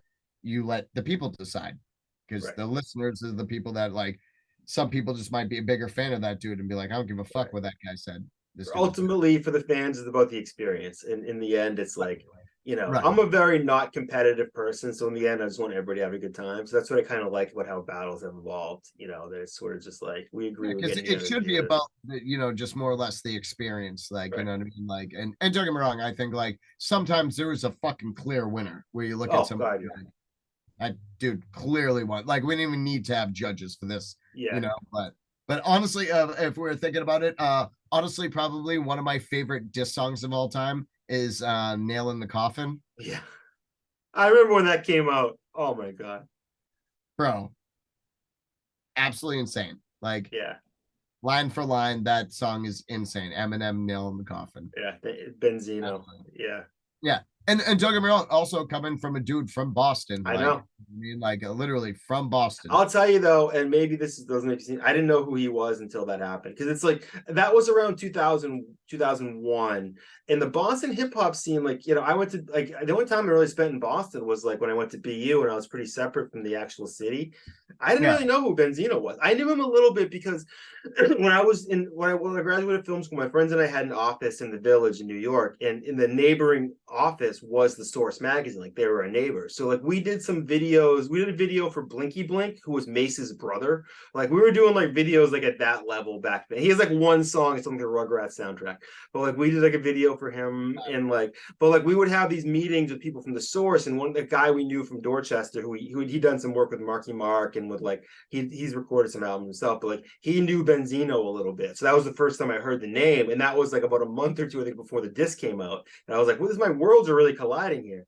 But well, with me, some like I actually like lived in Boston. I actually lived in Dorchester and stuff. So growing up in that like environment, that area, it's like you know you know who people are and you right. hear about people. Like I'd heard of Almighty RSO, but I didn't know who Benzino was. Like it was, so I was like at that level where I was like I kind of knew but didn't really know. Yeah. I mean, like I said, like I never met him or anything like that, but I knew plenty of other people that did know him. You know what I mean? So. Yeah. You know, And you're his daughter's doing big things now. Coil Ray. She's pretty amazing. So yeah. I was gonna say, and even then, she was dating other like big rappers and shit like that. I think she was dating like Trippie Redd or something like that for a while. Yeah, so like you know what I mean, like just like other young rappers that are like doing huge shit now. So yeah. But yeah, so that's my diss song to diss songs, which is available for now only when you download the album for free on the website. So I hope everybody enjoys it. I mean, Yeah, good ram. that's one of those beats that you picked though, and I was very surprised that you picked that beat because that's one of those beats. Like once again, I know you like weird sounding shit, and so I was like, okay, I'm gonna send that to you, You know and why I picked it actually, and I forgot to mention this, is because it reminded me of one of my favorite beats that we did a song on together. You know what I'm gonna say? no. Lawnmower Man. Oh, Me, you, oh, and Damien. yep. And actually, that was a Holbrook beat. Also, shout out to Holbrook, Yeah. Beer Wax. Yeah, shout out Beer Wax. Shout out Holbrook. I think Holbrook. he made that beat off a record that I lent him that was like video game soundtracks, and I I was gonna say love that beat. he made like 8 different beats or whatever that were all like it probably all off that Yeah, I same think it was record. off that record. Yeah. I had no idea actually that you gave him that record. But yeah, they were all like video game sounding like 8-bit sounding stuff, and he made like 8 like banging beats off of it too that were just fucking sick. That one I He's might go still one of back my and favorite record it. producers of all time. Yeah, Like he's so sick. that's one of my best friends. But that was always the name that I always want. Like that was the name for Mike Monarchy that I think I was pushing for was the Lawnmower Man. Because it's like the joke is you blow through grass like you're the Lawnmower Man. I just always thought that was a cool name. I And also I thought that to me like that was like a fucking great movie. And also, do you know what's weird? I have so many bars off of that verse in that song that I've heard so many other people flip like even up till recently like flip like similar lines to stuff that yeah, like I said in that song, and that song's so old. I love that song. It's one And of my so favorites. like actually you sent me randomly, I think you emailed it to me, and it was like a picture of the verse because Oh yeah, I I wrote it in forgot one of about that. I wrote it in one of your notebooks. Yeah. You like emailed me a page, and you go, do you know what this is? And I looked at it like because it was just like a fucking little square, and I clicked on it. I was like, holy shit, that's my Lawnmower Man. It was funny. I was gonna frame that. I gotta find that again so I can frame it because I was so pumped when especially because it was that song, and I love that song so much. And Yeah, me too. That's like probably one of my favorite songs that like I ever did, and one of like probably my favorite song that I've ever done with you. yeah, I love that one. But Yeah, but yeah. yeah, so that's Quiet Life Loud Friends. I mean, it's a 20-minute album. We just spent over 2 hours talking about it. So you know, I mean, it's a really good listen. You should go listen to it. It's a dope album. It's a dope. I really you did amazing stuff on it. Thank you so much for doing it with me. It's Yeah, thank you. I'm excited for the next one, which is going to be called You're Scaring the Ducks. We already have verses on it from Elza, and we got a hook from Rex. We got I don't we have yeah, no, we have Elzai, and which is crazy to me that I have now. Once again, that's I guess one more thing I guess to add to my like repertoire, like where I can be like, oh, I produced for Elzai. Yeah. And it's crazy because I don't know if you knew this, he was supposed to be in D12. yeah, I remember hearing that. Yep. Like I watched a whole And he was in Slum Village. Yeah, he was in Slum Village, but I watched an interview. I think it was with like Bizarre or somebody, and they were talking about it, and they were like, "Yeah, he was actually supposed to be one of the original members of D12." And like, and I just thought about that. I'm like, dude, imagine him and Eminem versus together. I don't think they've ever done a song together either, which No, is kind of they surprising. haven't, and it was around that era where Eminem and D12 were forming, and Elzai from being from Detroit in that area and shit, he was supposed to be in that group, and then he just ended up being like, no, I'm gonna go off and do other shit, and he never ended up being in the group, which, I mean, now I guess in retrospect, probably. I mean, the curse of Shady Records. I do want to get. Do you remember Mike Styles? Yeah. There was a rumor. I want to get him on this too. I haven't talked to him in years, but he's a really nice guy. He was allegedly close to signing with Shady Records years ago. I'd love to get him to talk about that experience. But Really? yeah, there was he had done this great song where we basically was a fuck you to everybody in the industry, and it got him a little bit of attention. And I think that's what you know, he's a guy that I've always thought was really funny and smart, nice dude. So we'll see if we I can get was him gonna on. say, I guess that's kind of what 50 did to get signed. He Yeah, did in the how to industry. rob. Yeah, yeah. But yeah, Elzot too, like he should be the biggest rapper in the world. He's absolutely amazing. Like some of Oh, the dude. verses, I have 2 songs with him that I haven't released yet. One's on Drinking Song with Children, the one we just talked about.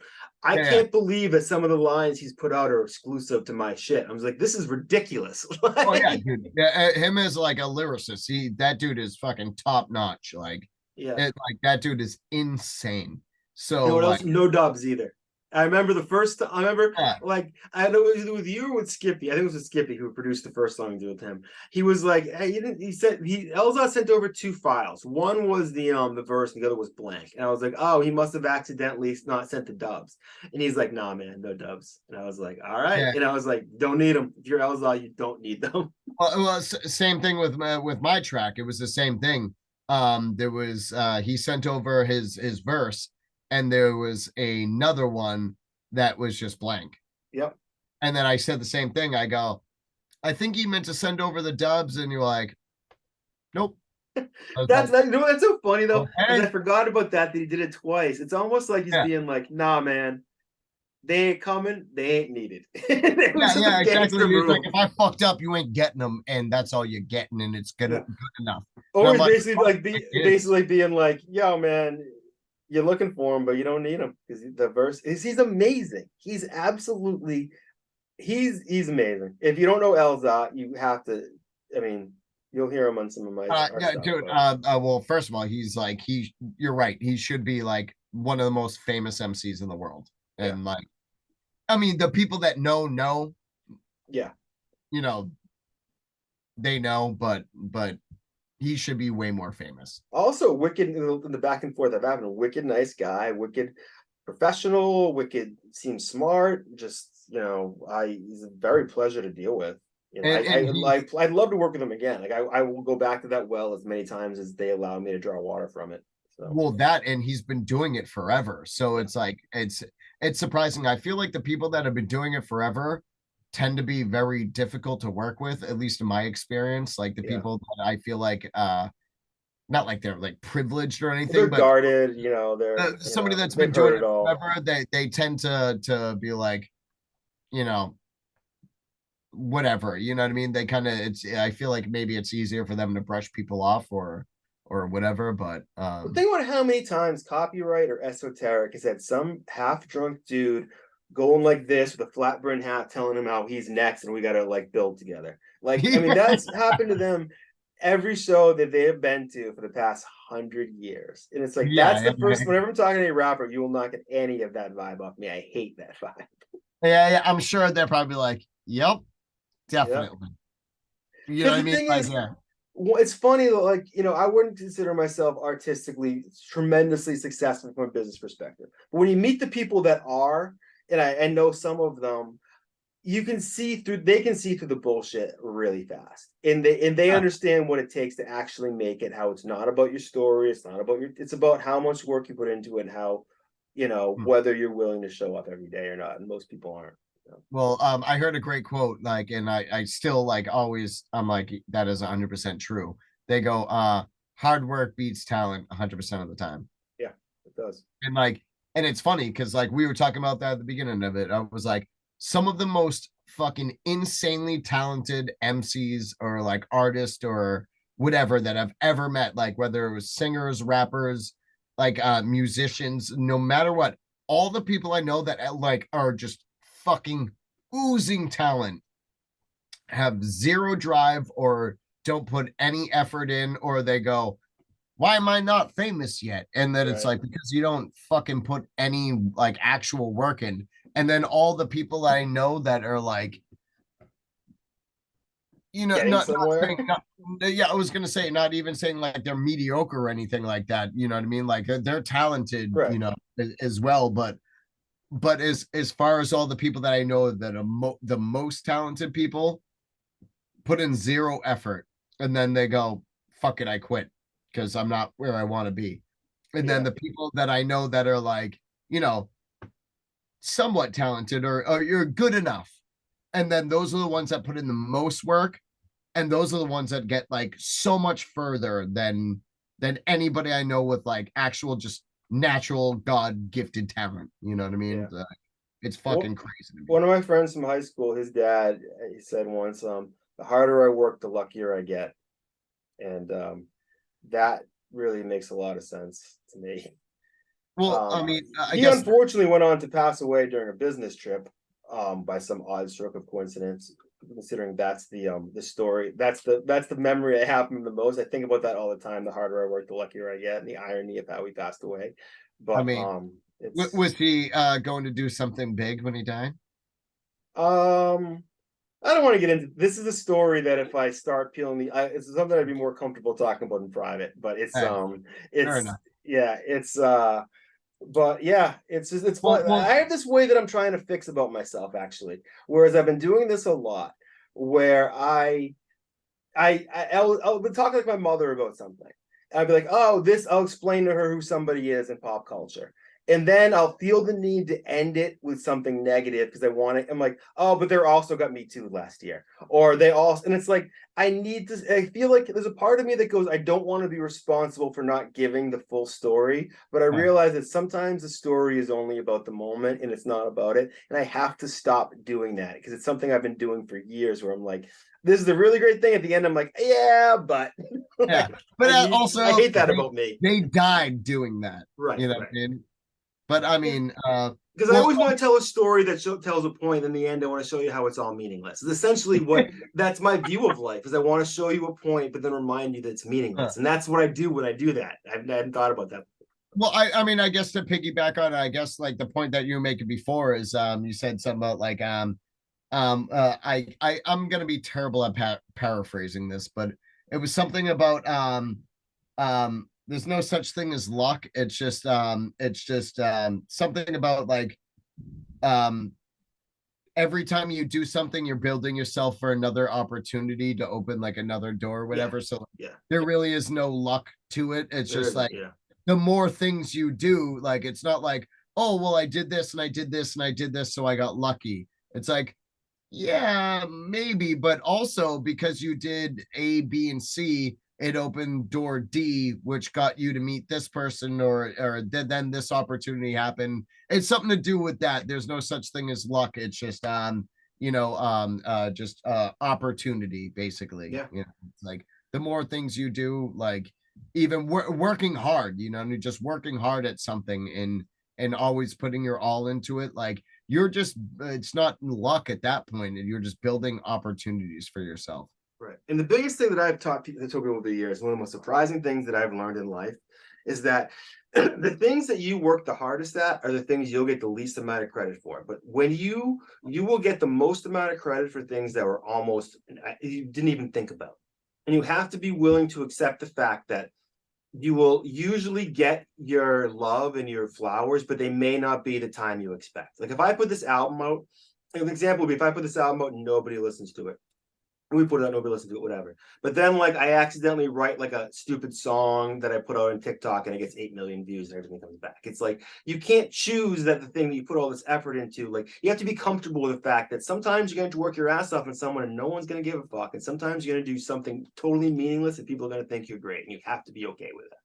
And that's why I think, I guess circling back around like to the thing we said earlier is like, that's when I stopped holding on to shit where I was like, oh, Yeah. I'm saving this for this like special moment. It's like, dude, all I'm doing every time I put something out, it's like I just want like maybe the possibility of somebody hearing it and that clicking with that person or whatever. Like you said, it's like I could put that one song out on TikTok or something, it get 8 million views, and then but all of a sudden now I have a catalog. Right. Now I have now I know your hard work pays off. Yeah, now all my hard work pays off. All the other shit that I've been putting out that, like you said, what if nobody ever like, what if nobody even listened to it? You know what I mean? Like, luckily for me, I feel like a lot of the stuff that I do put out, like whether it hits the right crowd or whatever, like it gets to the right people, or I worked with the right people, or it was right time, right place, whatever the case may be. It tends to resonate with certain people and certain things at certain times. But as far as like me trying to, hold on to shit or waiting for a right moment, if that right moment does happen with whatever the next thing I put out, like I usually I have a catalog. So if that resonates with that one person, or whether it's, a million people, if I get a million views on something, that's something that people go back and they're like, oh, he has a bunch of other shit I can listen to.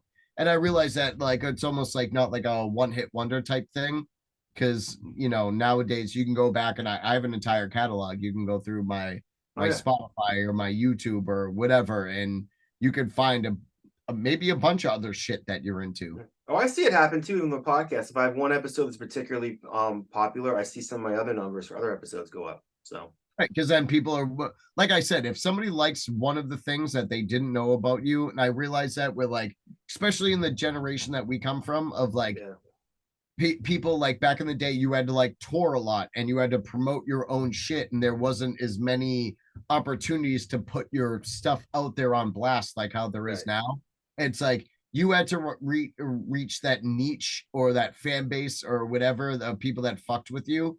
But then as soon as they showed other people, your stuff, where they were like, hey, you like the same stuff I like, you might like some of this. And then that's when your other shit catches on. Or, if somebody's into your shit, they're more likely to check out your other shit. And, some of it they may like and some of it they may not, but they're more likely to check out your shit if they find something they're already into.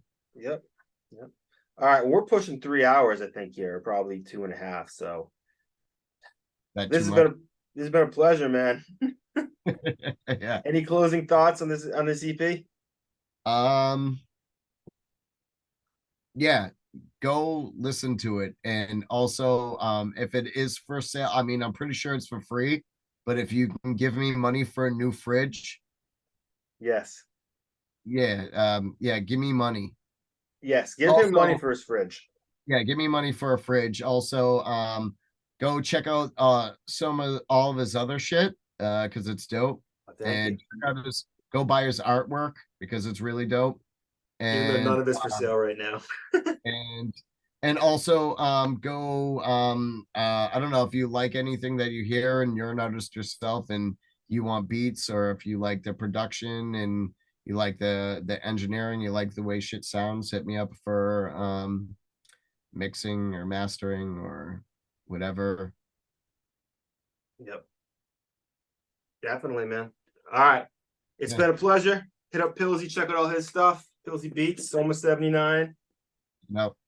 Let's do it. All right. All right. The album. Peace. Some motherfucking dub in that bitch. You feel me? We riding today. You riding this? We got Soma. We got Pilze. We got Onest. Honest, what up? Yeah, we got everything we need, man. Now, I'm not gonna say I'm a licensed, but let's just say we're professionals. You feel me? Come on, let's go. It's a nice sunny day. Hey, you know summer's coming when folks start getting shot and smoked on city blocks for low, if any guap. Same shit, yeah, my first full gray hair. One more felony, I might have my first full gray beard. It's way weird.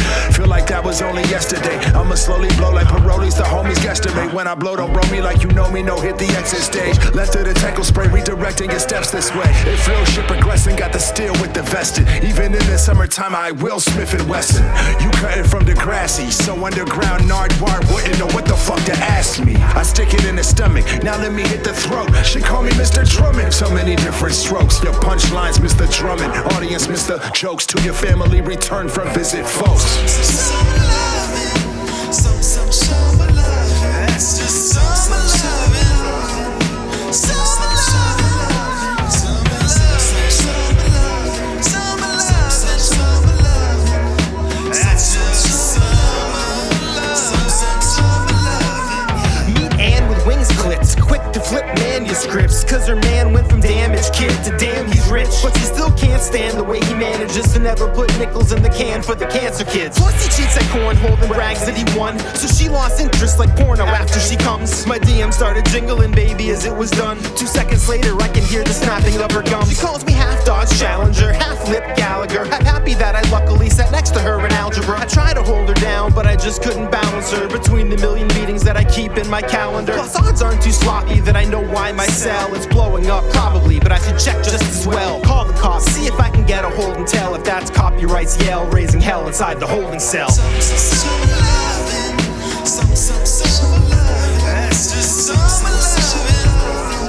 Some loving, some loving, some loving. That's just some loving. Yeah, I can smell the smoke from the cookout. The bushes in the parks with the lookout. Fresh Prince, summertime on the radio. Throwback Friday, yo, the ladies know.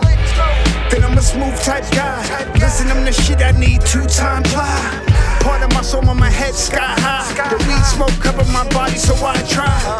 Put a scent on like sunblock. Summertime's body season, so keep your gun cocked. I count beers in the cooler, cause when the fun stops, that's when the arguments happen. In the gunshots, it's summertime. Backyards where we play cards. Spitting in cipher, the homie trade bars. Dominoes slam on the table, we take charge. I got a style you can make large.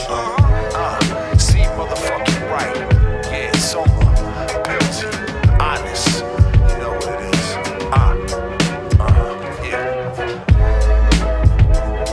Oh, yeah, that's right. This is a summer joint, right? Yeah. You know, try not to get caught.